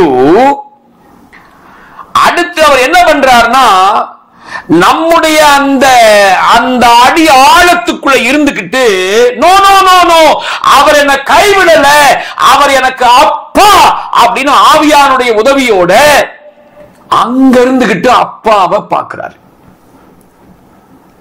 எப்படியா சொல்றீங்க? அப்படி பார்த்ததுனாலதான் என்ன சொல்ற தெரியுமா? பிதாவே உம்முடைய கைகளில் என் ஆவியை ஒப்புவிக்கிறேன். என் தேவனே என் தேவனே ஏன் என்னை கைவிட்டீர் அப்படின்னு சொல்லிட்டு மட்டும் அப்படியே உயிரை விட்டு இருந்தார்னா, நம்முடைய காரில் இறங்கின இயேசு அப்படி அவர் இறங்கினதுனால நமக்கு ஒரு யூஸும் கிடையாது.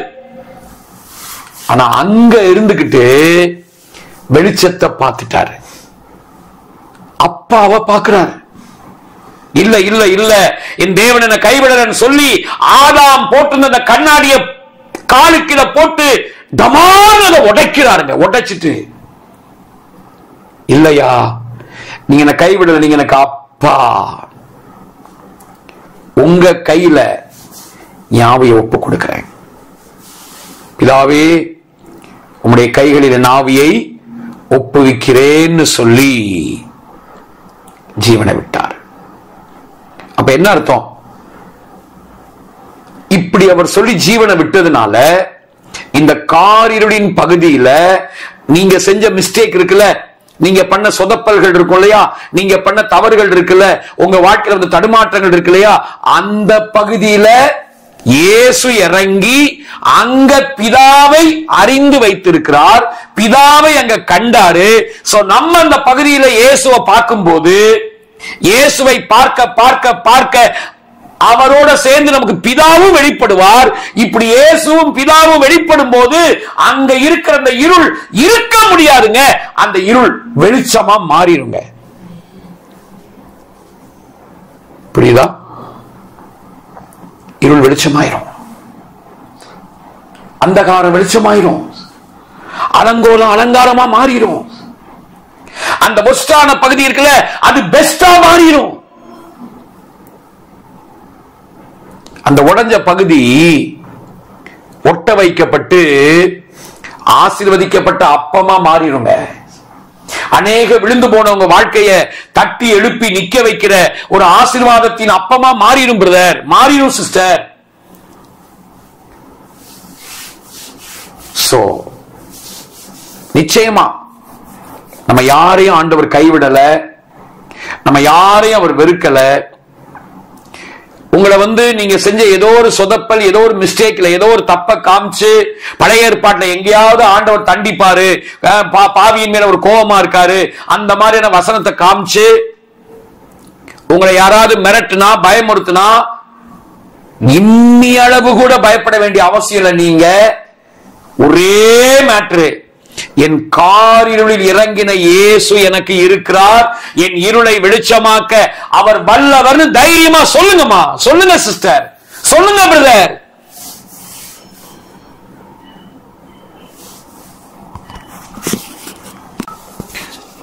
சோ அதனால நம்ம வந்து எதை பற்றியும் நம்ம பயப்பட வேண்டிய அவசியம் இல்ல.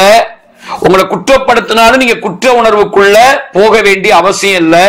கடந்த காலத்துல உங்களுடைய மிஸ்டேக்ஸ் யாராவது சொல்லி உங்களை அதேரியப்படுத்தினாலும் நீங்க அதேரியப்பட வேண்டிய அவசியம் கிடையாது. சோ நம்முடைய காரிருளில் இறங்கின இயேசு நமக்கு இருக்கிறார். ஓகே தானா? நிறைய பாடலாமா? அந்த உலகங்கள் உருவாகும் முன்னையில காரிருளில் இறங்கின இயேசு அப்படின்னு ஒரு லைன் ஒண்ணு இருக்கும் பாருங்க, அந்த அடியை பாடலாமா? எந்த அடி அது? அத பாடுங்க, அந்த அடியை பாடுங்க, ரொம்ப சூப்பரான அடி. காரிருள் இறங்கின இயேசுவா, என் வலியையும் பொய்யையும் பிரித்து பிதாவை அங்கே கண்டு மரணத்தை விழுங்கி ஜெயித்தார்.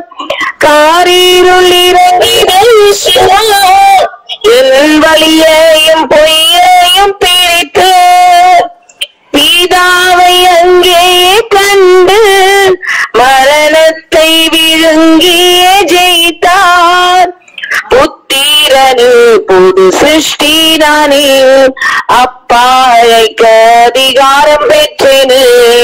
புத்திரனே புது சிருஷ்டிதானே, அப்பா அழைக்க அதிகாரம் பெற்றேனே. அல்லேலூயா அல்லேலூயா, இல்லை இல்லா அன்பிற்கோர் அல்லேலூயா. அல்லேலூயா ஆமென் அல்லேலூயா, இல்லை இல்லா அன்பிற்கோர் அல்லேலூயா. அல்லேலூயா ஆமென் அல்லேலூயா, இல்லை இல்லா அன்பிற்கோர் அல்லேலூயா. அல்லேலூயா ஆமென் அல்லேலூயா, இல்லை இல்லா அன்பிற்கோர் அல்லேலூயா. ஆமென். அந்த பாடுங்க. அப்பாவும் அம்மாவும் அன்பு ஜீவனோடு முகரின் முத்தத்தில் நான் நனைந்தேனே. பூரண பூரிப்பை அடைந்து புகலிடம் பெற்றேனே. அன்பு ஜீவனொளியில் மூழ்கி முகரின் முத்தத்தில் நான் நனைந்தேன். பூரிப்பை அடைந்தேன், புகலிடம் வைத்தேன். அப்பாவும் அம்மாவும் அரவணைக்க மூத்த அண்ணனின் மார்பேனில் நான் சாய்ந்திட்டேன். அப்பாவும் அம்மாவும் அரவணைக்க மூத்த அண்ணனின் மார்பேனில் நான் சாய்ந்திட்டேன். அல்லேலூயா ஆமென் அல்லேலூயா, இல்லை இல்லா அன்பிற்கோர் அல்லேலூயா. அல்லேலூயா ஆமென் அல்லேலூயா, இல்லை இல்லா அன்பிற்கோர் அல்லேலூயா. அல்லேலூயா ஆமென் அல்லேலூயா, இல்லை இல்லா அன்பிற்கோர் அல்லேலூயா. அல்லேலூயா ஆமென் அல்லேலூயா, இல்லை இல்லா அன்பிற்கோர் அல்லேலூயா. உங்க வாழ்க்கையினுடைய உடைஞ்ச பகுதி, ஒருவேளை நீங்க பண்ண தவறுகள், நீங்க செஞ்ச பாவம், அல்லது அடிக்கடி உங்களை வேதனைப்படுத்துற வியாதி, அல்லது அடிக்கடி உங்களை வேதனைப்படுத்துற ஒரு தனிமையின் உணர்வு, இல்லது வேற எந்த உங்களை மிரட்டுகிற பகுதிகள் எதுவாக இருந்தாலும், இன்னைக்கு ஒரு நல்ல செய்தி என்ன தெரியுங்களா? அந்த உங்களை மிரட்டுற பகுதியை நீங்க மிரட்ட முடியும். அதுக்கு நீங்க என்ன தெரிஞ்சிருக்கணும், எதை நீங்க அறிஞ்சிருக்கணும்னா, அந்த பகுதிக்குள்ள இயேசு இருக்கிறாருங்கிறத நீங்க பார்க்கணும். அந்த வியாதியின் பகுதி, அந்த அந்தகார பகுதி, அந்த உடைஞ்ச பகுதி, உங்களை வேதனைப்படுத்துற பகுதியில அந்த பகுதி, அதுக்குள்ள இயேசு இருக்கிறார். இயேசு இருக்கிறார்னா அங்க பிதாவும் இருக்கிறார். சோ என் வேதனை இயேசுவுக்கு புரியுமா? நான் படுற கஷ்டம் அவருக்கு புரியுமா? நான் படுற வேதனை அவருக்கு எங்க புரிய போகுது அப்படின்னு சொல்றதுக்கு, அப்படி அவர் அனுபவிக்காத வேதனைன்னு எதுவுமே கிடையாதுங்க. சோ நம்மை போல எல்லா விதத்திலும் சோதிக்கப்பட்ட யெஷுவா, நம்முடைய அருமை இயேசு, நம்முடைய காரியங்களுக்குள்ளெல்லாம் இறங்கினாருங்க. சோ நமக்கு தெளிவா ஒண்ணு புரியணும், பிதா இயேசுவை கைவிடவில்லை. அவருக்கு அங்க செய்யப்பட்ட எல்லாமே நம்ம தான் செஞ்சோம், அவர் இயேசுவை கைவிடல. அப்போஸ்தலர் 3ஆம் அதிகாரத்துல 14-15 வசனத்துல படிக்கும் போது, அப்போஸ்தலர் 3:14-15 வசனம் படிங்க. பரிசுத்தமும் நீதி உள்ளவரை நீங்கள் மறுதலித்து கொலைபாதகரை உங்களுக்காக விடுதலை பண்ண வேண்டும் என்று கேட்டு ஜீவாதிபதியை கொலை செய்தீர்கள். அவரை தேவன் மரித்தோர்ந்து எழுப்பினார். அதற்கு நாங்கள் சாட்சிகளாக இருக்கிறோம். நீங்க தான்ப்பா கொலை செஞ்சீங்க. அப்ப கொலை செஞ்சது நம்மங்க, கொலை செய்தது மனிதர்கள். அவர் அவரை நொறுக்கி, அவரை சின்ன பின்னமாக்கி அப்படி அவர் செய்யல. ஓகே, அவர் அப்படி செய்யல. சரி, இப்பதான் முக்கியமான விஷயத்தை நான் சொல்றேன். அப்ப சிலுவையில பிதா என்னதான் செஞ்சுட்டு இருந்தாரு? என்னதான் செஞ்சாரு? நமக்கு என்ன செஞ்ச? இயேசுவை கைவிடலைங்க. இயேசுவை கைவிடல. நம்ம தான் இயேசுவை அடிச்சோம். நம்மள பிதா என்ன பண்ணாரு? அங்க என்ன நடந்துச்சு? 2 கொரிந்தியர் 5ஆம் அதிகாரம் 18-19 வசனத்தை படிக்கும் போது படிங்க. 2 கொரிந்தியர். இவைகள் எல்லாம் தேவனாலே உண்டாயிருக்கிறது. அவர் இயேசு கிறிஸ்துவை கொண்டு நம்மை தம்மோடு ஒப்புரவாக்கி ஒப்புரவாகுதலின் ஊழியத்தை எங்களுக்கு ஒப்பு கொடுத்தார். என்ன நடந்துச்சு தெரியுங்களா? சிலுவையில வச்சு நம்ம இயேசுவை அடின்னு அடிக்க கிறிஸ்துவுக்குள்ள பிதா இருந்துகிட்டு, சரிங்களா? சிலுவைக்கு பிதா, குமாரன், பரிசுத்தாவின் 3 பேருமே தான் சிலுவைக்கு போனாங்க. அந்த சிலுவையில கிறிஸ்துவுக்குள்ளாக பிதா இருந்து கொண்டு நம்ம அவரை அடிக்க பிதா என்ன பண்ணார் தெரியுமா? இங்க ஒப்புரவாக்கினார்னு போட்டிருக்குல்ல, பட் அதனுடைய கிரீக் வேர்டுடைய ரூட்டை பாத்தீங்கன்னா முத்தமிட்டு கொண்டே இருந்தார். அரவணைத்து முத்தமிட்டு கொண்டே இருந்தார். இது எப்படின்னா, இப்ப உதாரணத்துக்கு இப்ப குளோரி வந்து என்னுடைய மனைவி, சகோதரி குளோரி வந்து என்னுடைய மனைவி இருக்காங்க இல்லையா? இப்ப அவங்களுக்கு என் மேல பயங்கரமா கோபம் வந்து என்ன பண்றாங்க, என்ன வந்து அப்படியே கை அப்படி வச்சு என்ன வந்து குத்துறாங்க, அடிக்கிறாங்க. நான் வந்து அவங்களால என்ன பண்றேன்னா அவங்கள வந்து நான் அரவணைக்கிறேன். அவங்க நான் அடிக்க நான் அரவணைச்சுக்கிட்டே இருக்கேன். அப்படி அரவணைச்சுட்டே இருக்கும்போது அவங்க அடிச்சு ஒரு கட்டத்துல டயர்ட் ஆயிடுவாங்க. அந்த டயர்ட் ஆகிற நேரத்துல தான் நான் அரவணைச்சிட்டு இருக்க அந்த அரவணைப்பு அந்த டயர்ட் ஆகி களைச்சு போன நேரத்துல ஒரு சுகத்தை அவங்களுக்கு உண்டாக்கும். அந்த அரவணைப்பு அப்படி சுகத்தை உண்டாக்குன உடனே அது வரைக்கும் அடிச்ச கை இப்ப அதுவும் கூட சேர்ந்து அரவணைச்சுக்கிட்டு இருக்கிற என்ன அவங்க கை அரவணைக்க ஆரம்பிக்கும். இதுதாங்க சிலுவை நடந்துச்சு. இயேசுவை நம்ம அடின்னு அடிக்க பிதா அந்த இளையகுமாரனை எப்படி கட்டி அணைச்சு முத்தம் கொடுத்த மாதிரி என்ன பண்ணிக்கிட்டு இருந்தாரா, நம்மள அப்படியே அரவணைச்சு அப்படி முத்தம் கொடுத்துக்கிட்டே இருக்கிறார். ஒரு கட்டத்துல நம்ம டயர்ட் ஆயிட்டோம், களைப்பான உடனே அப்பதான் நமக்கு அவருடைய அரவணைப்பே நமக்கு புரியுது. அந்த அரவணைப்பு புரிஞ்சு அந்த அரவணைப்பு நமக்குள்ள ஒரு சுகத்தை உண்டாக்குது. அந்த நேரத்தில் அடிக்கிற கை இப்ப நம்மளும் அவரை பற்றி பிடிக்க ஆரம்பிச்சிட்டோம். அதுக்கு பேரு தாங்க ரட்சிப்பு. புரியுதா? அதுக்கு பேரு தான் ரட்சிப்பு. இன்னைக்கு உலகத்தில் அதாங்க நடந்துகிட்டு இருக்கு. அவன் கடவுளுக்கு விரோதமா என்னென்னமோ பேசுறான், என்னென்னவோ பண்றான், என்னென்னமோலாம் பண்றான். அவரை வந்து திட்டுறான், எத்தனையோ துரோகம் பண்றான், என்னமோலாமோ பண்றான். ஆனா அவர் அவனை அரவணைச்சுட்டு தான் இருக்காரு, அவனுக்கு முத்தம் கொடுத்துட்டு தான் இருக்காரு. அவனுக்கு அது புரியல. ஆனா வாழ்க்கையில எங்கேயோ அவன் உடஞ்சி டயர்ட் ஆவான் பாருங்க. அந்த டயர்ட் ஆகிற நேரத்துல அவனுக்கு அந்த அரவணைப்பு புரிய ஆரம்பிக்கும். அங்க இயேசு தன்னை வெளிப்படுத்துவார். மகனே, ஒரு வெளிச்சம் வரும். ஒவ்வொருக்கும் அது ஒவ்வொரு விதமா இருக்கும். எத்தனை பேருக்கு நான் சொல்றது புரியுது?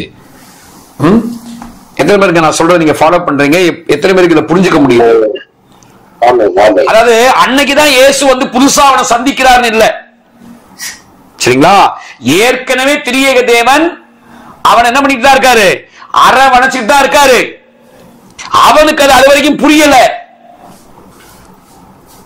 இப்ப அவன் எங்கேயோ அவன் அப்படி தொடர்ந்து அந்த தப்பு செஞ்சல தொடர்ந்து அப்படி ஓடி எங்கேயோ டயர்ட் ஆவான் பாருங்க. கண்டிப்பா டயர்ட் வரும்ல, களைப்பு வந்துடும், எங்கேயோ உடஞ்சிருவான். அப்படி இந்த உடஞ்சு டயர்ட் ஆகி களைச்சு போய் இனி வாழ்க்கை வேண்டாம் இல்ல ஏதோ ஒரு விரக்திக்குள்ள போய் அப்படி அந்த டயர்டா இருக்கிற நேரத்துல இப்ப உனக்கு அரவணைப்பு புரிய ஆரம்பிக்கும். எனக்கு யாராவது உதவி செய்வாங்களான்னு இந்த ஏங்குற நேரத்துல ஏற்கனவே அரவணைச்சிருக்கிற அவரு நான் தான்ப்பா அப்பா அப்படின்னு தன்னை வெளிப்படுத்துவாரு. நம்மளும் ஐயா நீங்க தானா, ஐயா நீங்க தானா, இயேசுவே நீங்க தானா என் கடவுள், நீங்க தான் என்ன நேசிக்கிறீங்களா அப்படின்னு நம்ம அவரை கட்டி அவரை பற்றி பிடிப்போம் பாருங்க. அங்கதான் இந்த ரட்சிப்பு. சோ அங்கதான் அவர் கேட்கிறார், என்னை நேசிக்கின்றாயா, என்னை நேசிக்கின்றாயா, கல்வாரி காட்சியை கண்ட பின்னும் நேசியாமல் இருப்பாயா. நமக்கு என்ன பதில் சொல்றோம்? உம்மை நேசிக்கின்றேன் நான், உம்மை நேசிக்கின்றேன் நான், கல்வாரி காட்சியை கண்ட பின்னும் நேசியாமல் இருப்பேனோ.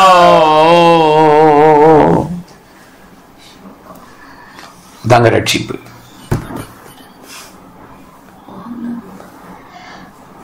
So brothers and sisters, இப்படிதான் நம்மள ஆண்டவர் நம்மள டீல் பண்றாருங்க. சோ அவர் ஒப்புரவாக்குறாரு. ஒப்புரவாக்குனது மட்டும் இல்லைங்க, எதெல்லாம் நம்ம வாழ்க்கையில வேதனையை உண்டு பண்ணிச்சோம், எதெல்லாம் நம்ம வாழ்க்கையை கெடுக்க நினைச்சோம், நம்மள முத்தமிடுறது மட்டும் இல்ல,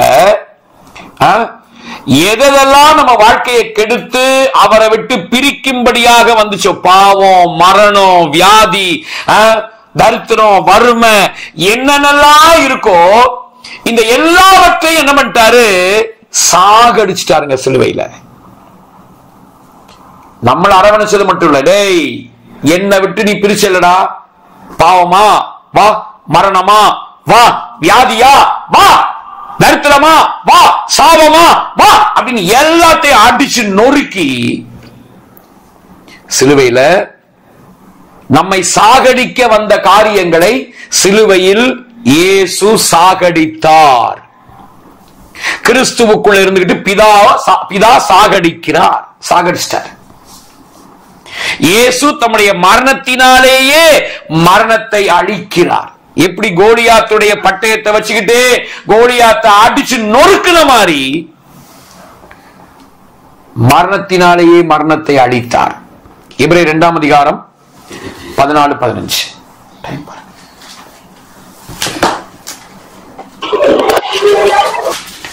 ஆதலால் பிள்ளைகள் மாம்சத்தையும் ரத்தத்தையும் உடையவர்களாய் இருக்க அவரும் அவர்களைப் போல மாம்சத்தையும் ரத்தத்தையும் உடையவர்களானார். மரணத்துக்கு அதிகாரியாகிய பிசாசானவனை தமது மரணத்தினாலே அழிக்கும்படிக்கும் ஜீவ காலமெல்லாம் மரண பயத்தினாலே அடிமைத்தனத்திற்கு உள்ளானவர்கள் யாவரையும் விடுதலை பண்ணும்படிக்கும் அப்படி என்னார். ஆமென். சோ மரணத்துக்கு அதிகாரியாகிய பிசாச அழிச்சிட்டார். சரி, இதான் இடையில் வந்த சிலுவையில ஆண்டவர் செய்த காரியத்தை நாம் இங்கே படிக்கிறோம். எத்தனை பேருக்கு நான் சொன்னது புரிஞ்சது? ஆமென். விளங்கி கொண்டீங்களா அந்த காரியத்தை? ஓகே ஓகே சரி, இன்னொரு 5 நிமிஷத்துல மீதி உள்ளதை நான் சொல்லி முடிக்கிறேன். 8வதா 7வது மேட்டர் நம்ம படிச்சோம். இப்ப 8வது பஸ்காவின் விளக்கத்தை கிறிஸ்து மாற்றினார். பஸ்காவின் விளக்கத்தை கிறிஸ்து எப்படி மாத்திட்டார் தெரியுங்களா? Berserk, Hebrew word. இஸ்ரவேல் ஜனங்களை எகிப்தை விட்டு புறப்பட்டு வரும்போது பஸ்கா. இந்த பெசாக் அப்படின்னா கடந்து போகுதல் அர்த்தம்.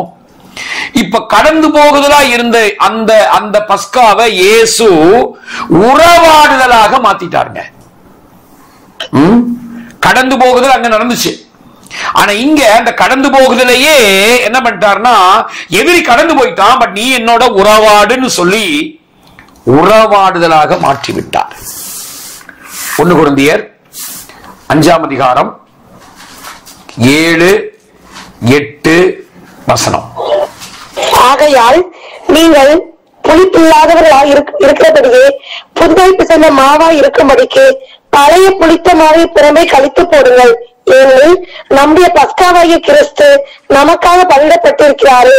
ஆதலால் பழைய புளித்த மாவோடு அல்ல, துர்க்குணம் பொல்லாப்பு என்னும் புளித்த மாவோடும் அல்ல, துப்புரவு உண்மை என்னும் புளிப்பில்லாத அப்பத்தோடு பண்டிகையை ஆசரிக்க கடவோம். பண்டிகையை ஆசரிக்க கடவோம். சோ இந்த பஸ்கா வெறும் பழைய ஏற்பாட்டில் இருந்த மாதிரி ஒரு கடந்து போகுதலின் அனுபவம் கிடையாது. இது உறவாடுதலின் அனுபவமா மாத்திட்டாரு. ஆகவேதான் இந்த பஸ்காவை மையப்படுத்திதான் கர்த்தருடைய பந்தி, திருவிருந்து, அவருடைய மாம்சத்தையே நமக்கு கொடுத்து ரத்தத்தையே பானம் பண்ண முடியா கொடுத்து என்ன செஞ்சிட்டாரு? உறவாக மாத்திட்டாரு. உறவு. அப்போ இந்த திருவிருந்துங்கிறது இது மத போஜனம் கிடையாது, இது உறவின் போஜனம். புரியுதுங்களா? இது என்ன இல்ல, இது ஏதோ ரிலீஜியனா ஏதோ கோயில் பிரசாதம் கொடுக்கிற மாதிரி அப்படி கிடையாது. இது நம்மளுடைய மாம்சத்தையும் ரத்தத்தையும் நம்ம புசித்து பானம் பண்ணுகிறோம். இது மத சாப்பாடு கிடையாது. இது உறவை, ஆண்டவருக்கும் நமக்கு இருக்கிற உறவை இன்னும் வலுப்படுத்துகிற, இன்னும் வளரச் செய்கிற ஒரு உறவின் சாப்பாடு. சரிங்களா? உறவின் சாப்பாடு. சோ அப்ப பஸ்காவை எப்படி மாத்திட்டாரு? கடந்து போகுதலை உறவாடுதலாக மாத்திட்டார். சரி, 9வது விஷயம். உள்ளே இருப்பவர்களுக்கும் வெளியே இருப்பவர்களுக்கும் இடையில் உள்ள ஒற்றுமையும் வேற்றுமையும். உள்ள இருக்கிறவங்களுக்கு வெளியே இருக்கிறவங்க, ரட்சிக்கப்பட்டவங்க ரட்சிக்கப்படாதவங்க சொல்றோம்ல. இப்போ நம்ம எல்லாம் உள்ள இருக்கிறோம், கிறிஸ்துவுக்குள்ள இருக்கோம். அவங்க ஆக்சுவலா என்னன்னா அவங்களும் இந்த அரவணைப்புக்குள்ளதான் இருக்காங்க, ஆனா அது தெரியாம வெளியே இருக்காங்க. சரிங்களா? அதனால உங்களுக்கு அழைப்பு கொடுத்துக்கிட்டே இருக்காரு, பல விதங்களை அழைப்பு கொடுத்துக்கிட்டே இருக்காரு. இப்ப அவங்களுக்கும் நமக்கும் என்ன ஒற்றுமை இருக்கு, என்ன வேற்றுமை இருக்கு? கவனிங்க. முதல்ல அவங்களுக்கும் நமக்கு என்ன ஒற்றுமைங்கிறத சொல்லிடுறேன். கவனிங்க. உள்ளே இருக்கிற நாமும் மன்னிக்கப்பட்டிருக்கிறோம், வெளியே இருக்கிற அவர்களும் மன்னிக்கப்பட்டிருக்காங்க. சரியா? உள்ள இருக்கிற நம்மளும் மன்னிக்கப்பட்டுட்டோம், வெளியே இருக்கிற அவர்களும் மன்னிக்கப்பட்டுட்டாங்க. எபேசியர் 1:7 படிங்க. எபேசியர் 1ஆம் அதிகாரம் 7ஆம் வசனம்.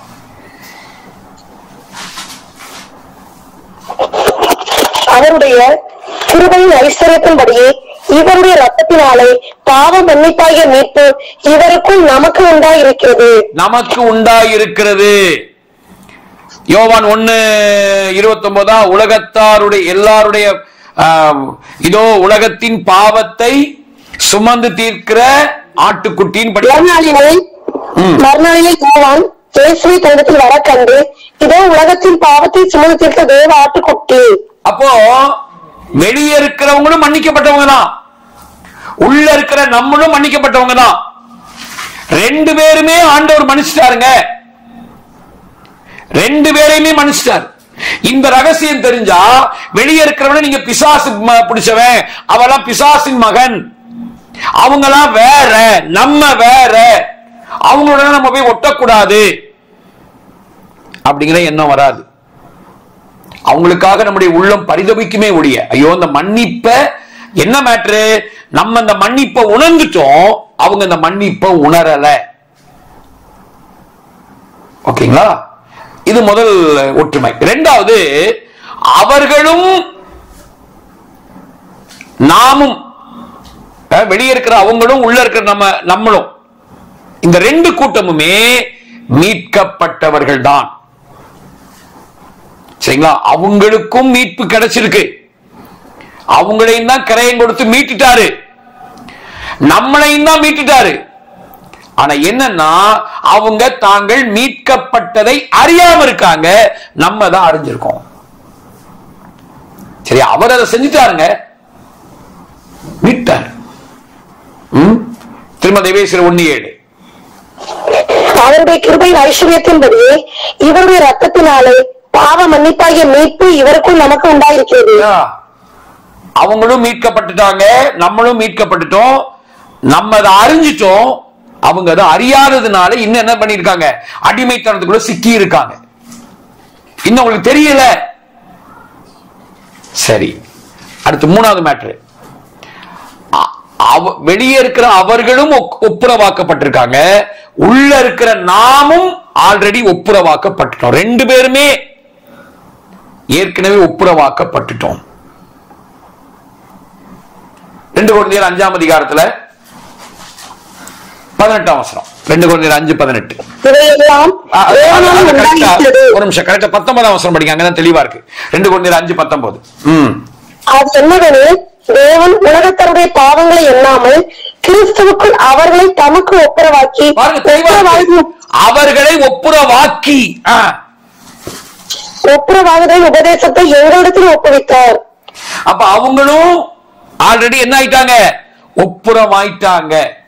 இங்க சகோதரிமார்கள், உங்க ரட்சிக்கப்படாம, அதாவது இப்ப சபைக்கு வரல, இப்ப நீங்க நீங்க கிறிஸ்துக்குள்ள இருக்கிற மாதிரி அவங்க இல்ல அப்படின்னா இருக்கிற அவங்கள நீங்க வித்தியாசமா பார்க்க கூடாது. சரிங்களா? 3 விஷயங்கள் அவங்களுக்கும் நமக்கும் சேமா தான் இருக்கு. என்னது? மீட்பு, ஒப்புரவாகுதல்.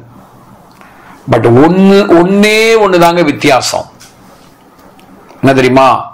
அவர்கள் ரட்சிக்கப்படல, நம்ம ரட்சிக்கப்பட்டிருக்கோம். உண்மை என்ன தெரியுமா? அந்த உள்ள இருக்கிறவங்க வெளியே இருக்கிறவங்கிறதே தப்பு. இன்னும் கூட சொல்ல போனா, நம்ம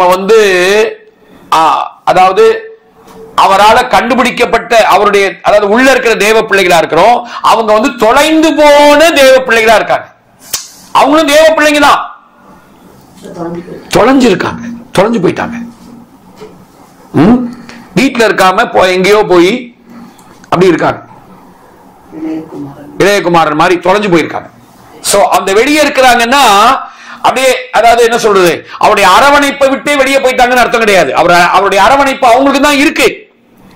பட் அதை தெரிஞ்சுக்காம, அதை உணராம தொலைஞ்சு போயிருக்காங்க.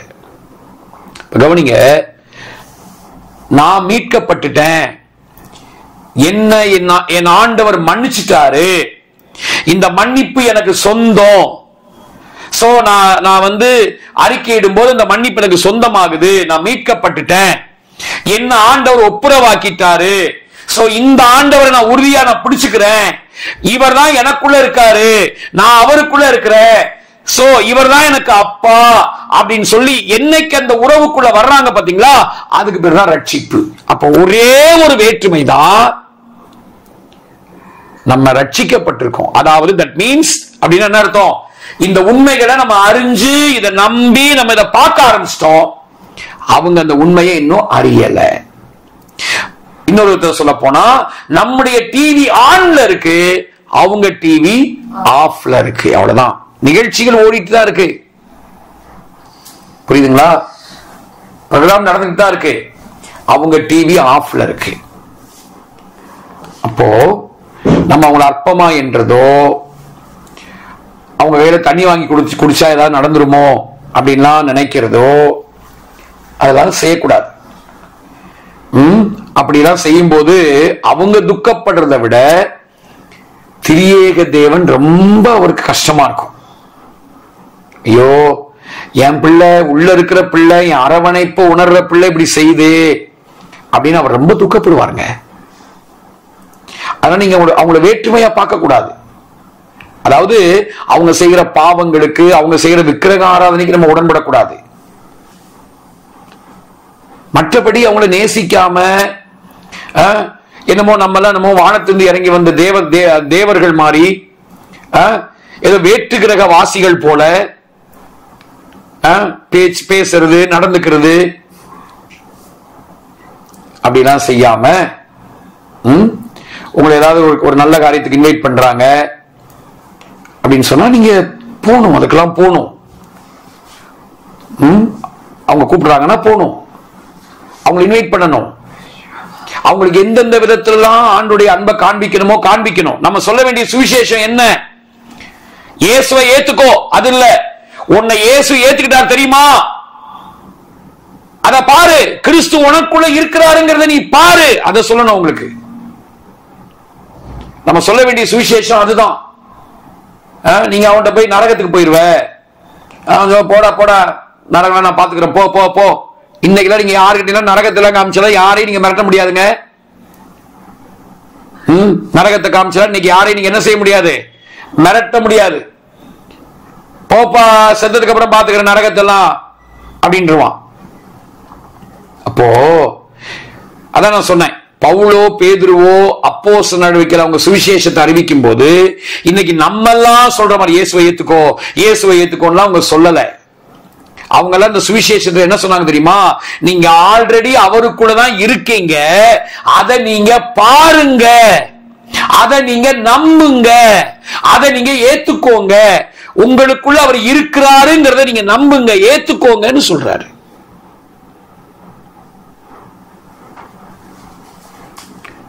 ஆனா நம்ம இன்னைக்கு ஆதி அப்போஸ்தலர்களை எப்படி சுவிசேஷம் சொன்னாங்களோ அப்படி சொல்லாம ஒரு 300 வருஷத்துக்கு முன்னாடி இந்த கால்வினிசம், அர்மினிசம் அந்த மாதிரியான கொள்கையை உடையவங்க நமக்கு சொல்லி கொடுத்ததான அந்த நரகம் பரலோகங்கிற மேட்டரையே மெயினா வச்சு இயேசுவை ஏத்துக்கிட்டா பரலோகம் போவ, இல்லன்னா நரகம் போவ. இங்க வாழ்றதுக்கு என்னையா வழி? இங்க நான் அப்படி வியாதியில கஷ்டப்பட்டு இருக்கனே, இங்க நான் தரித்திரத்துல கிடக்கிறேனே, இங்க நான் என் குடும்பத்துல என் பிள்ளைங்களை படிக்க வைக்காம இருக்கனே, அதுக்கு என்ன வழி சொல்லு. அப்போ நம்ம சொல்லணும், கிறிஸ்து உனக்குள்ளதான் இருக்காரு, நீ அவரை பாரு, நீ அவரை பார்க்க பார்க்க பார்க்க அவர் உன்னை நடத்துவாரு, உன் வாழ்க்கையை அவர் மாத்துவாரு. அவர் உன் மேல கோபமா இல்ல, நீ ஆல்ரெடி உன்னை மீட்டெடுத்திருக்காரு, நீயும் அவருடைய பிள்ளைதான். நாங்க மட்டும் இல்ல, நீயும் அவருடைய பிள்ளைதான். எங்களை எப்படி நேசிக்கிறாரோ அதே அளவுக்கு உன்னை நேசிக்கிறாரு. உனக்குள்ள அவர் இருக்கிறாருங்கிறத நீ பாருங்க, நீங்க பாருங்க, அதை சொல்லணும். என்ன தெரியுமா, நீங்க இதை சொல்லும் போது உள்ள இருக்கிற அவர் இருக்கார்ல, உள்ள இருந்துகிட்டு அவங்களுக்குள்ள அந்த உணர்வை கொடுப்பாரு. ஆமா ஆமா ஆமா அந்த உணர்வை கொடுப்பாரு, அவங்க அப்படியே அதை ஏத்துக்குவாங்க.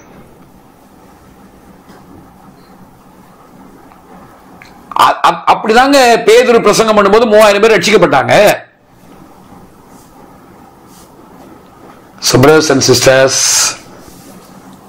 நமக்கு அவங்களுக்கு என்ன வேற்றுமை என்ன ஒற்றுமைங்கிறத பாக்குறோம். வேலைக்கு போற இடத்துல நீங்க இருக்கிற இந்த வீடுகள்ல உங்க பக்கத்து வீட்டுக்காரங்க, எதிர் வீட்டுக்காரங்க, உங்க சொந்தக்காரங்க யாரையும் அற்பமா பார்க்காதீங்க. ஐயோ அவங்க ரட்சிக்கப்படாதவங்க, ஐயோ அவங்களுக்கு எனக்கெல்லாம் ஒத்து வராது அப்படிலாம் சொல்லாதீங்க. அவங்களெல்லாம் மறுரூபமாக்குற பொறுப்பை தேவன் நம்ம கையில கொடுத்திருக்காரு. brothers and sisters, அவங்களுக்கும் நமக்கு ஒரே ஒரு வேற்றுமை தான். என்னது? நம்ம ரட்சிக்கப்பட்டிருக்கோம், அவங்க ரட்சிக்கப்படல. அவ்வளவுதான், அவ்வளவுதான். சரி, கடைசியா 10வதா இருக்கிற மேட்டர் சொல்லி முடிக்கிறேன். 10வது என்ன? அவர் உயிர்த்தெழுந்தார்ல, அவர் உயிர்த்தெழுந்தனால என்னங்க நடந்திருக்கு? என்ன நடந்திருக்கு அதை மட்டும் நான் சொல்லிட்டு நான் முடிக்கிறேன். இயேசு உயிர்த்தெழுந்தபடியினால் நடந்த மேட்டர்ஸ் எல்லாம் என்ன? வசந்த மட்டும் குறிச்சுக்கோங்க, அந்த பாயிண்ட் நான் சொல்லிடுறேன். எபேசியர் 2:7 நோட் பண்ணிக்கோங்க. 2 கொரிந்தியர் 5ஆம் அதிகாரம் 17ஆம் வசனம், இதெல்லாம் நோட் பண்ணிக்கோங்க. இயேசு உயிர்த்தெழுந்தபடியால் நடந்த காரியங்கள் என்ன? 1, நாம் புது சிருஷ்டியாக மாற்றப்பட்டிருக்கிறோம். சரிங்களா? நம்ம யாரு? புது சிருஷ்டியா இருக்கோம். நம்பர் 1, 2 கொரிந்தியர் 5:17 அது சொல்லப்பட்டிருக்கு. 2வது ரோமர் 4:25 நீங்க பாத்தீங்கன்னா, அவர் உயிர்த்தெழுந்ததுனாலதான் நம்ம ஆல்ரெடி நீதிமான்கள் ஆக்கப்பட்டுட்டோம். சரிங்களா? இயேசு உயிர்த்தெழுந்தபடியால நீங்களும் நானும் ஏற்கனவே நீதிமான்கள் ஆக்கப்பட்டு விட்டோம். ரட்சிக்கப்பட்ட நீங்களும் நானும் எப்ப பார்த்தாலும் நீ நான் பாவி பாவின்னு சொல்லக்கூடாது. ரோமர் 4:25 படிச்சிருங்க சிஸ்டர். ரோமர் 4:25. அவர் நம்முடைய பாவங்களுக்காக ஒப்பு கொடுக்கப்பட்டும் நாம் நீதிமன்றம் ஆக்கப்படுவதற்காக எழுப்பப்பட்டு இருக்கிறார். சோ நம்மள நீதிமான் ஆக்கிட்டார். மூணாவது விஷயம், அவர் உயிர்த்தெழுந்தபடியினால திரியேக குடும்பத்துக்குள்ள நாம் இணைக்கப்பட்டுட்டோம். சரியா? நடந்து முடிஞ்ச மேட்டருங்க. என்னைக்கு அவர் உயிர்த்தெழுந்தாரோ அன்னைக்கே முழு மனுக்குலத்தையும் என்ன பண்ணிட்டாரு? திரியேக குடும்பத்துக்குள் இணைத்து விட்டார். எபேசியர் 3ஆம் அதிகாரம் 14, 15, 16 நம்ம அதை வாசிக்கிறோம். நாம் பரலோகத்திலும் பூலோகத்திலும் முழு குடும்பத்துக்கும் நாமக்காரராகிய நம்முடைய கர்த்தராக இருக்கிற இயேசு கிறிஸ்துவினுடைய பிதாவை நோக்கி முழங்கால் படியிட்டு நீங்கள் அவருடைய ஆவியினாலே உள்ளான மனுஷன் வல்லமையை பலப்படவும் விசுவாசனாலே கிறிஸ்துவ வாசமா இருக்கவும் நீங்கள் அன்பிலே வேறு நிலை பெற்றவர்களாகி படிக்கிறீங்க. சரி, அப்போ அங்க நம்ம என்ன பாக்குறோம்? நம்ம முழு குடும்பத்துக்கும் நாமக்காரராகி படிக்கிறோம் இல்லையா? சோ நம்மள என்ன பண்ணிட்டார் ஆண்டவர்? திரியேக குடும்பத்துக்குள்ள கொண்டு இணைச்சிட்டார். அடுத்த நாலாவது, அவருடைய மனவாட்டியாக நம்மை மாற்றி விட்டார். இந்த உயிர்த்தெழுதல்னாலதான் இன்னைக்கு நம்ம ஆண்டவர் இயேசுவுக்கு மனவாட்டி ஆயிட்டோம். இதை நம்ம அடிக்கடி படிக்கிற வசனம் தான், நீங்க நோட் பண்ணிக்கோங்க. எபேசியர்ல 5ஆம் அதிகாரத்துல 25 இருந்து எபேசியர் 5ல 25 இருந்து 32 வரைக்கும். எபேசியர் 5ல 25 இருந்து 32 வரைக்கும் நோட் பண்ணிக்கோங்க. கரைதிரை பிழையற்ற சபையாக அவருக்கு முன்பாக நிறுத்திக் கொள்ளும்படியாக தன்னை ஒப்புக் கொடுத்தார். இந்த ரகசியம் பெரியது, நான் கிறிஸ்துவை பற்றியும் சபையை பற்றியும் சொல்லுகிறேன் அப்படின்னா சொல்றாரு இல்லையா? அது அடுத்து ஒரு மேட்ரு, இதை சொல்லிட்டு நான் முடிக்கிறேன். என்னன்னா, இயேசு உயிர் தெழுந்ததுனால பைபிள்ல இருக்கிற எதிர்மறையான வசனங்கள் எல்லாம் நேர்மறையான வசனங்களாக மாறுகிறது. இது ரொம்ப த்ரில்லிங்கான மேட்டருங்க. இயேசு உயிர் தெழுந்ததுனால பைபிள்ல இருக்கக்கூடிய எதிர்மறையான, அதாவது ஒன்னு அழிப்பாரு, கொல்லுவாரு, தேவன் புறஜாதிகளை குத்துவாரு அப்படிலாம் பைபிள்ல பழைய ஏற்பாட்டுல நிறைய வசனங்கள் இருக்குல்ல, அது எல்லாமே இப்போ நமக்கு சாதகமான வசனங்களா மாறிடுச்சு. பாதகமான வசனங்கள் எல்லாம் இப்ப நமக்கு சாதகமான வசனங்களா மாறிடுச்சுங்க. இது எப்படி?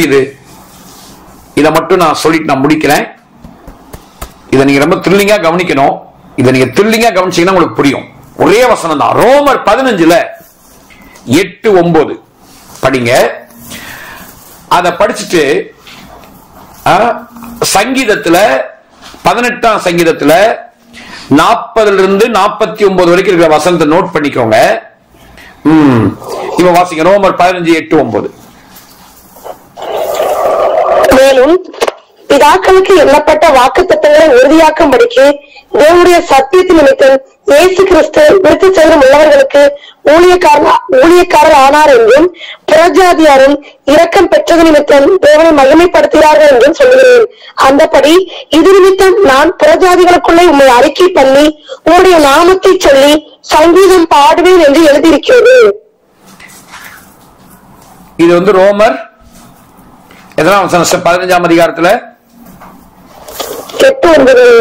8, 9 வசனத்துல இப்படி படிக்கிறோம். நான் புறஜாதிகளுக்குள்ள 9 படிங்க. 9 புறஜாதியாரும் இரக்கம் பெற்றது நிமித்தம் தேவனை மகிமைப்படுத்துகிறார்கள் என்றும் சொல்லுகிறேன். அந்தபடி இது நிமித்தம் நான் புறஜாதிகளுக்குள்ளே உண்மை அறிக்கை பண்ணி உங்களுடைய நாமத்தை சொல்லி சங்கீதம் பாடுவேன் என்று எழுதியிருக்கிறது. சரி, ஆக்சுவலா இத அவர் எங்க இருந்து எடுக்கிறார் தெரியுங்களா? சங்கீதம் 18ல 40 இருந்து 49 வரைக்கும் நீங்க பாத்தீங்கன்னா அங்கிருந்து எடுத்த வசனம் இது. சங்கீதம் 18ல 40. நான் என் பகைவரை சங்கரிக்கும்படியாக என் சத்துருக்கள் பிறகு எனக்கு ஒப்புக் கொடுத்தீர். அவர்கள் கூப்பிடுகிறார்கள், அவர்களை ரட்சிப்பார் ஒருவரும் இல்லை. கர்த்தரை நோக்கி கூப்பிடுகிறார்கள், அவர்களுக்கு அவர் உத்தரவு கொடுக்கிறதில்லை. நான் அவர்களை காற்று முகத்திலே பறக்கிற தூளாக எரித்து தெருக்களில் உள்ள சேற்றை போல் அவர்களை எரிந்து போடுகிறேன். 49 படிங்க. இது நிமித்தம் கர்த்தாவே, ஜாதிகளுக்குள்ள உம்மை துதித்து உம்முடைய நாமத்திற்கு சங்கீதம் பாடுவேன். புரியுதுங்களா? அந்த புல் வசனத்தை பாத்தீங்கன்னா புறஜாதிகளை அழிக்கிறத பத்தி சொல்லிட்டு வந்து அப்படிதான் சார் இருக்கு. பிடரியை ஒப்பு கொடுத்தார் 40 ஃபுல்லாவே நீங்க பாருங்க, புறஜாதிகளை அழிக்கிறத பத்தியே தான் இருக்கும். 40 49 வரைக்கும் புறஜாதிகளை அவர் அழிக்கிறாரு, அழிக்கிறத பத்தியே வந்து இப்ப 48 49 படிங்களேன். 48 படிச்சுனா அவரை என் சத்துருக்களுக்கு என்னை விலக்கி விடுவிக்கிறவர், எனக்கு விரோதமாய் எழும்புகிறவர்கள் மேல் என்னை நீர் உயர்த்தி கொடுமையான மனுஷனுக்கு என்னை தப்புவிக்கிறேன். இது நிமித்தம் கர்த்தாவே, ஜாதிகளுக்குள்ள உம்மை துதித்து உம்முடைய நாமத்திற்கு சங்கீதம் பாடுவேன். 46 படிங்க. கர்த்தர் ஜீவன் உள்ளவர், என் கண்மலையானவர் துதிக்கப்படுவாராக, என் ரட்சிப்பின் தேவன் உயர்ந்திருப்பாராக. 45 படிங்க. அந்நியர் முனை விழுந்து போய் தங்கள் அரண்களிலிருந்து தத்தளிப்பாய் புறப்படுகிறார்கள். இதெல்லாம் புறஜாதிகளை அழிக்கிற வசனம். இப்படி அழிக்கிறதுனால நான் உம்மை துதித்து சங்கீதம் பாடுவேன் நீங்க சொல்ற அந்த வேர்டை எடுத்து எந்த புறஜாதிகள் அழிக்கப்பட வேண்டியவங்களோ அவங்களுக்கு இப்ப இரக்கத்தை காமிச்சிட்டாரு, அதனால நான் அவரை துதிச்சு சங்கீதம் பாடுவேன்னு இங்க சொல்றாரு. எங்க? ரோமர் 15:9. இப்ப படிங்க. ரோமர் 15:9. புறஜாதியாரின் இரக்கம் பெற்றது நிமித்தம் தேவனை மகிமைப்படுத்துகிறார்கள் என்றும் சொல்கிறேன். அந்தபடி இது நிமித்தம் நான் புறஜாதிகளுக்குள்ளே உண்மை அறிக்கை பண்ணி உங்களுடைய நாமத்தை சொல்லி சங்கீதம் பாடுகிறேன். சோ அங்க அழிக்கிறதுனால நான் அழிச்சாரு, என்னுடைய எதிரியெல்லாம் அழிச்சாரு, அதனால நான் சங்கீதம் பாடுவேன் அங்க சொல்லப்பட்டிருக்கு. ஆனா இங்க இல்ல இல்ல, எனக்கு எதிராக இருந்தவங்க எல்லாம் ரட்சிக்கப்பட்டாங்க சார், அவங்களுக்கு எல்லாம் இரக்கம் கிடைச்சிச்சு சார், அதனால நான் சங்கீதம் பாடுறேன். அப்போ உயிர்த்தெழுதல்ல எதிர்மறையான காரியங்கள் எல்லாம் வசனங்கள் எல்லாம் இப்ப என்ன ஆயிடுச்சு? நேர்மறையா மாறிடுச்சு. நமக்கு பாதகமான வசனங்கள் எல்லாம் நமக்கு சாதகமாயிடுச்சு. இப்படி நிறைய உதாரணங்கள் சொல்ல முடியும். இதெல்லாம் நடக்கிறதுக்கு தாங்க வார்த்தையா இருந்தவர் மாம்சமானார். ஓகே, சோ கர்த்தர் நல்லவர். சோ திரியேகத்துல இன்றைக்கும் இயேசு பரமேறி போகும்போது சரீரத்தை பூமியில விட்டுட்டு போகாம அவர் சரீரத்தோடையே தான் போயிருக்கார். இன்னைக்கு எங்க பிதாவின் வலது பாசத்துல சரீரத்தோடு தான் இருக்கார். ஆகவேதான் இந்த சரீரமாகிய சபையை, மணவாட்டி சபையை சேர்க்க வரப்போறார். சோ கர்த்தர் நல்லவர். சோ நம்மை எடுத்துக்கொண்டு போக வரப்போறாரு. சோ எடுத்துக்கொள்ளப்படுதல் வருகை அப்படிங்கும் போது அது இனி நடக்க போற ஒரு ஆசீர்வதிக்கப்பட்ட நம்பிக்கை அது.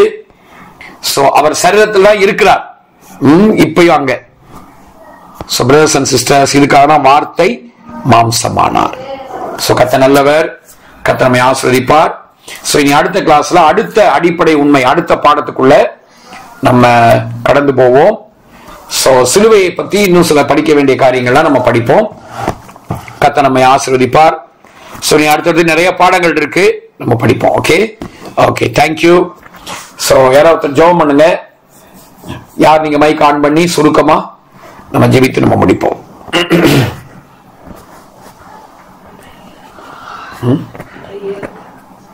ஐயா சாமி ஜெபம் பண்றீங்களா? ஐயா ஓகேங்க ஐயா, ஜெபம் பண்ணுங்க ஐயா. மகிமையான ஆண்டவரே, உங்களுடைய அன்புக்காய் ஸ்தோத்திரம். அப்பா, சிறுவிட வெளிப்பட்டதான அந்த எளிமையான இந்த மகிமையை நாங்கள் இந்த நாளிலே கண்டிருக்கிறோம். பயங்கரமான பாவ சீக்கிர ஊறி கிடந்த எங்களை தகப்பனே, அந்த பாவத்துக்குள்ளாக பிதாவாகிய தெய்வமும் இயேசு கிறிஸ்துவுக்குள்ளாக இருந்து நீர் ஆண்டவரே உடைய சத்தாவே வெளியே இருக்கக்கூடியவர்களையும் உள்ளே இருக்கிற எங்களை இந்த பாவத்தெழுத மீட்டெடுத்து ஆண்டவரே உடைய ரட்சிப்பை எங்களுக்கு கொடுத்திருக்கிறீரப்பா. அந்த பயங்கரமான காரியங்களில் இறங்கின எங்கள் தெய்வம் ஆண்டவரே, எங்களை வெளிச்சத்துல கொண்டு வைத்திருக்கிறீர். இன்றும் அந்த காரில் இறங்கின எங்களுடைய ஆண்டவராகிய தெய்வம் உண்மையாகவே ராஜா ஆண்டவரே எங்களுக்கு நல்ல ஒரு வழியை கொடுத்திருக்கிறீர். நீ சிலுவையில மரிக்கும் போது தகப்பனே உண்மை நாங்கள் அடித்திருக்கிறோம் ஆண்டவரே. அந்த மனிதன் செய்த அந்த பாவங்கள் பூரணம் ஆகும் போதுதான் ஆண்டவரே அப்பா 150 வருஷங்களுக்கு பிறகு அந்த சிலுவையிலே அவர் மனிதனுடைய முழு அந்த பாவத்தையும் நீ நிறைவேற்றி அப்பா அவர் படுகிற அந்த வேதனை நாங்கள் தான் ஆண்டவரே, நாங்கள் தான் உண்மை அடித்தோம் ஆண்டவரே. எங்களுக்குள்ளாக இருந்த அந்த பூர்ணமான பாவம் வெளிப்பட்டு முழுவதுமாக நீங்க ஏற்றுக்கொண்டீங்கப்பா ஆண்டவரே. அந்த பஸ்காவுடைய விளக்கத்தை எங்களுக்கு தெளிவாக ஆண்டவர் இந்த நாளிலே தெளிவாக உணர்த்தி வெளிப்படுத்தி காட்டி இருக்கிறீர்கள். இன்றைக்கும் ஆண்டவரே உலகத்தில் உள்ள எல்லா மக்களுக்கு ரட்சிப்பு இருக்கிறது. ஆனாலும் நாங்கள் வேதமாகி அந்த டிவி மூலமாக ஆண்டவரே அந்த வெளிச்சத்தை ஒவ்வொரு நாளும் நாங்கள் அனுபவித்துக் கொண்டு இருக்கிறோம். இந்த உலகத்தில் உள்ள எல்லா ஜனங்களும் அதை ஆஃப் பண்ணி வைத்திருக்கிறதுனால நீர் எங்களுக்குள்ளாக இருந்து உங்களுடைய வெளிச்சத்தை அவர்களுக்கு கொண்டு போய் நாங்கள் காண்பிக்கும் போது அவர்களுடைய உணர்வு ஏற்பட்டு அவர்களும் ரட்சிக்கப்பட்டு அவர்களும் நித்தியத்துக்கு சொந்தக்காரர்களாய் அவர்கள் காணப்படுவார்கள் ஆண்டவரே. அப்படிப்பட்ட ஒரு உணர்வு பேதுகளுக்கு எல்லாம் இருந்ததுனாலதான் அவர் பிரசங்கம் பண்ணும் போது 3000 5000 சொல்லி ஜனங்கள் ரட்சிக்கப்பட்டார்கள் அப்பா. அந்த ஒரு புது அனுபவத்துக்குள்ளாக ஆண்டவரே எங்கள் ஒவ்வொருவரையும் நீ நடத்தி கொண்டு இருக்கிறீர். நடத்துவதற்கு தேவையான உணர்வை எங்களுக்கு தாருங்கப்பா. எங்களை புது சிருஷ்டியாக நீங்கள் மாற்றி இருக்கிறீங்க. ஆனால் அந்த ஜனங்களுக்கு அந்த ரட்சிப்பின் அந்த அனுபவத்துக்குள்ளாக எங்களை எடுத்து கட்ட பயன்படுத்துங்க. எங்களை நீதிமான்களாக மாற்றி இருக்கிறீங்க அப்பா. அந்த திரியேக குடும்பத்துக்கும் நாங்கள் எல்லாரும் இணைக்கப்பட்டு மனவாட்சி சபையாக எங்களை வைத்திருக்கிறீங்க ஆண்டவரே. எதிர்மறையான இந்த வார்த்தைகளை ஆண்டவரே எங்களுக்கு சாதகமாக இந்த நாட்களில் எங்களுக்கு மாற்றி கொடுத்திருக்கிறீங்க ஆண்டவரே. அது மாத்திரமல்ல அழிக்கிறதற்கு ஆண்டவரே நாங்கள் இருந்தோம். ஆனால் என் தேவன் எங்களுக்கு கொடுத்த அந்த ரட்சிப்புல நாங்கள் முடிவு பரியந்தே நிறைந்து உமக்கு சாட்சியாய் வாழ தகப்பனே எங்களுக்கு உதவி செய்வப்பா ஆண்டவரே.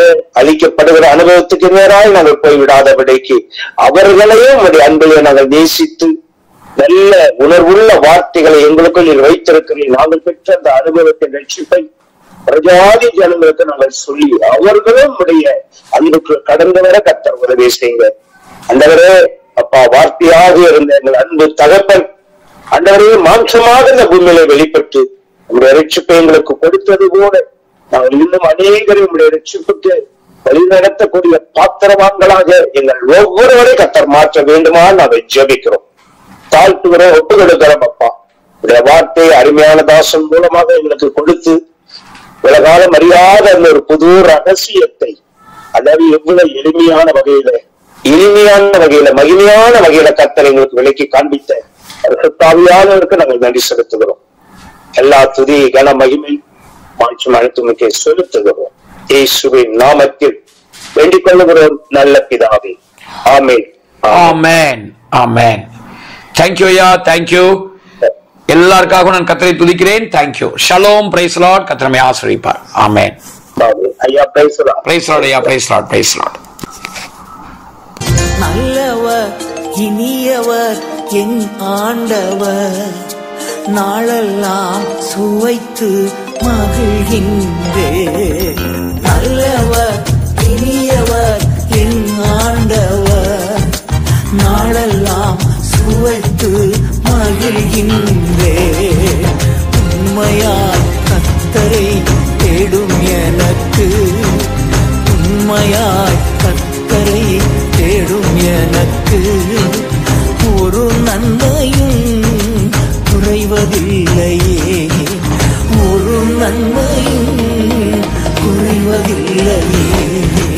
அவமானம் அடைவதில்லை அப்பா, நான் உமது பிள்ளை அப்பா, நான் உமது பிள்ளை. ஒரு நாளும் அவமானம் அடைவதில்லை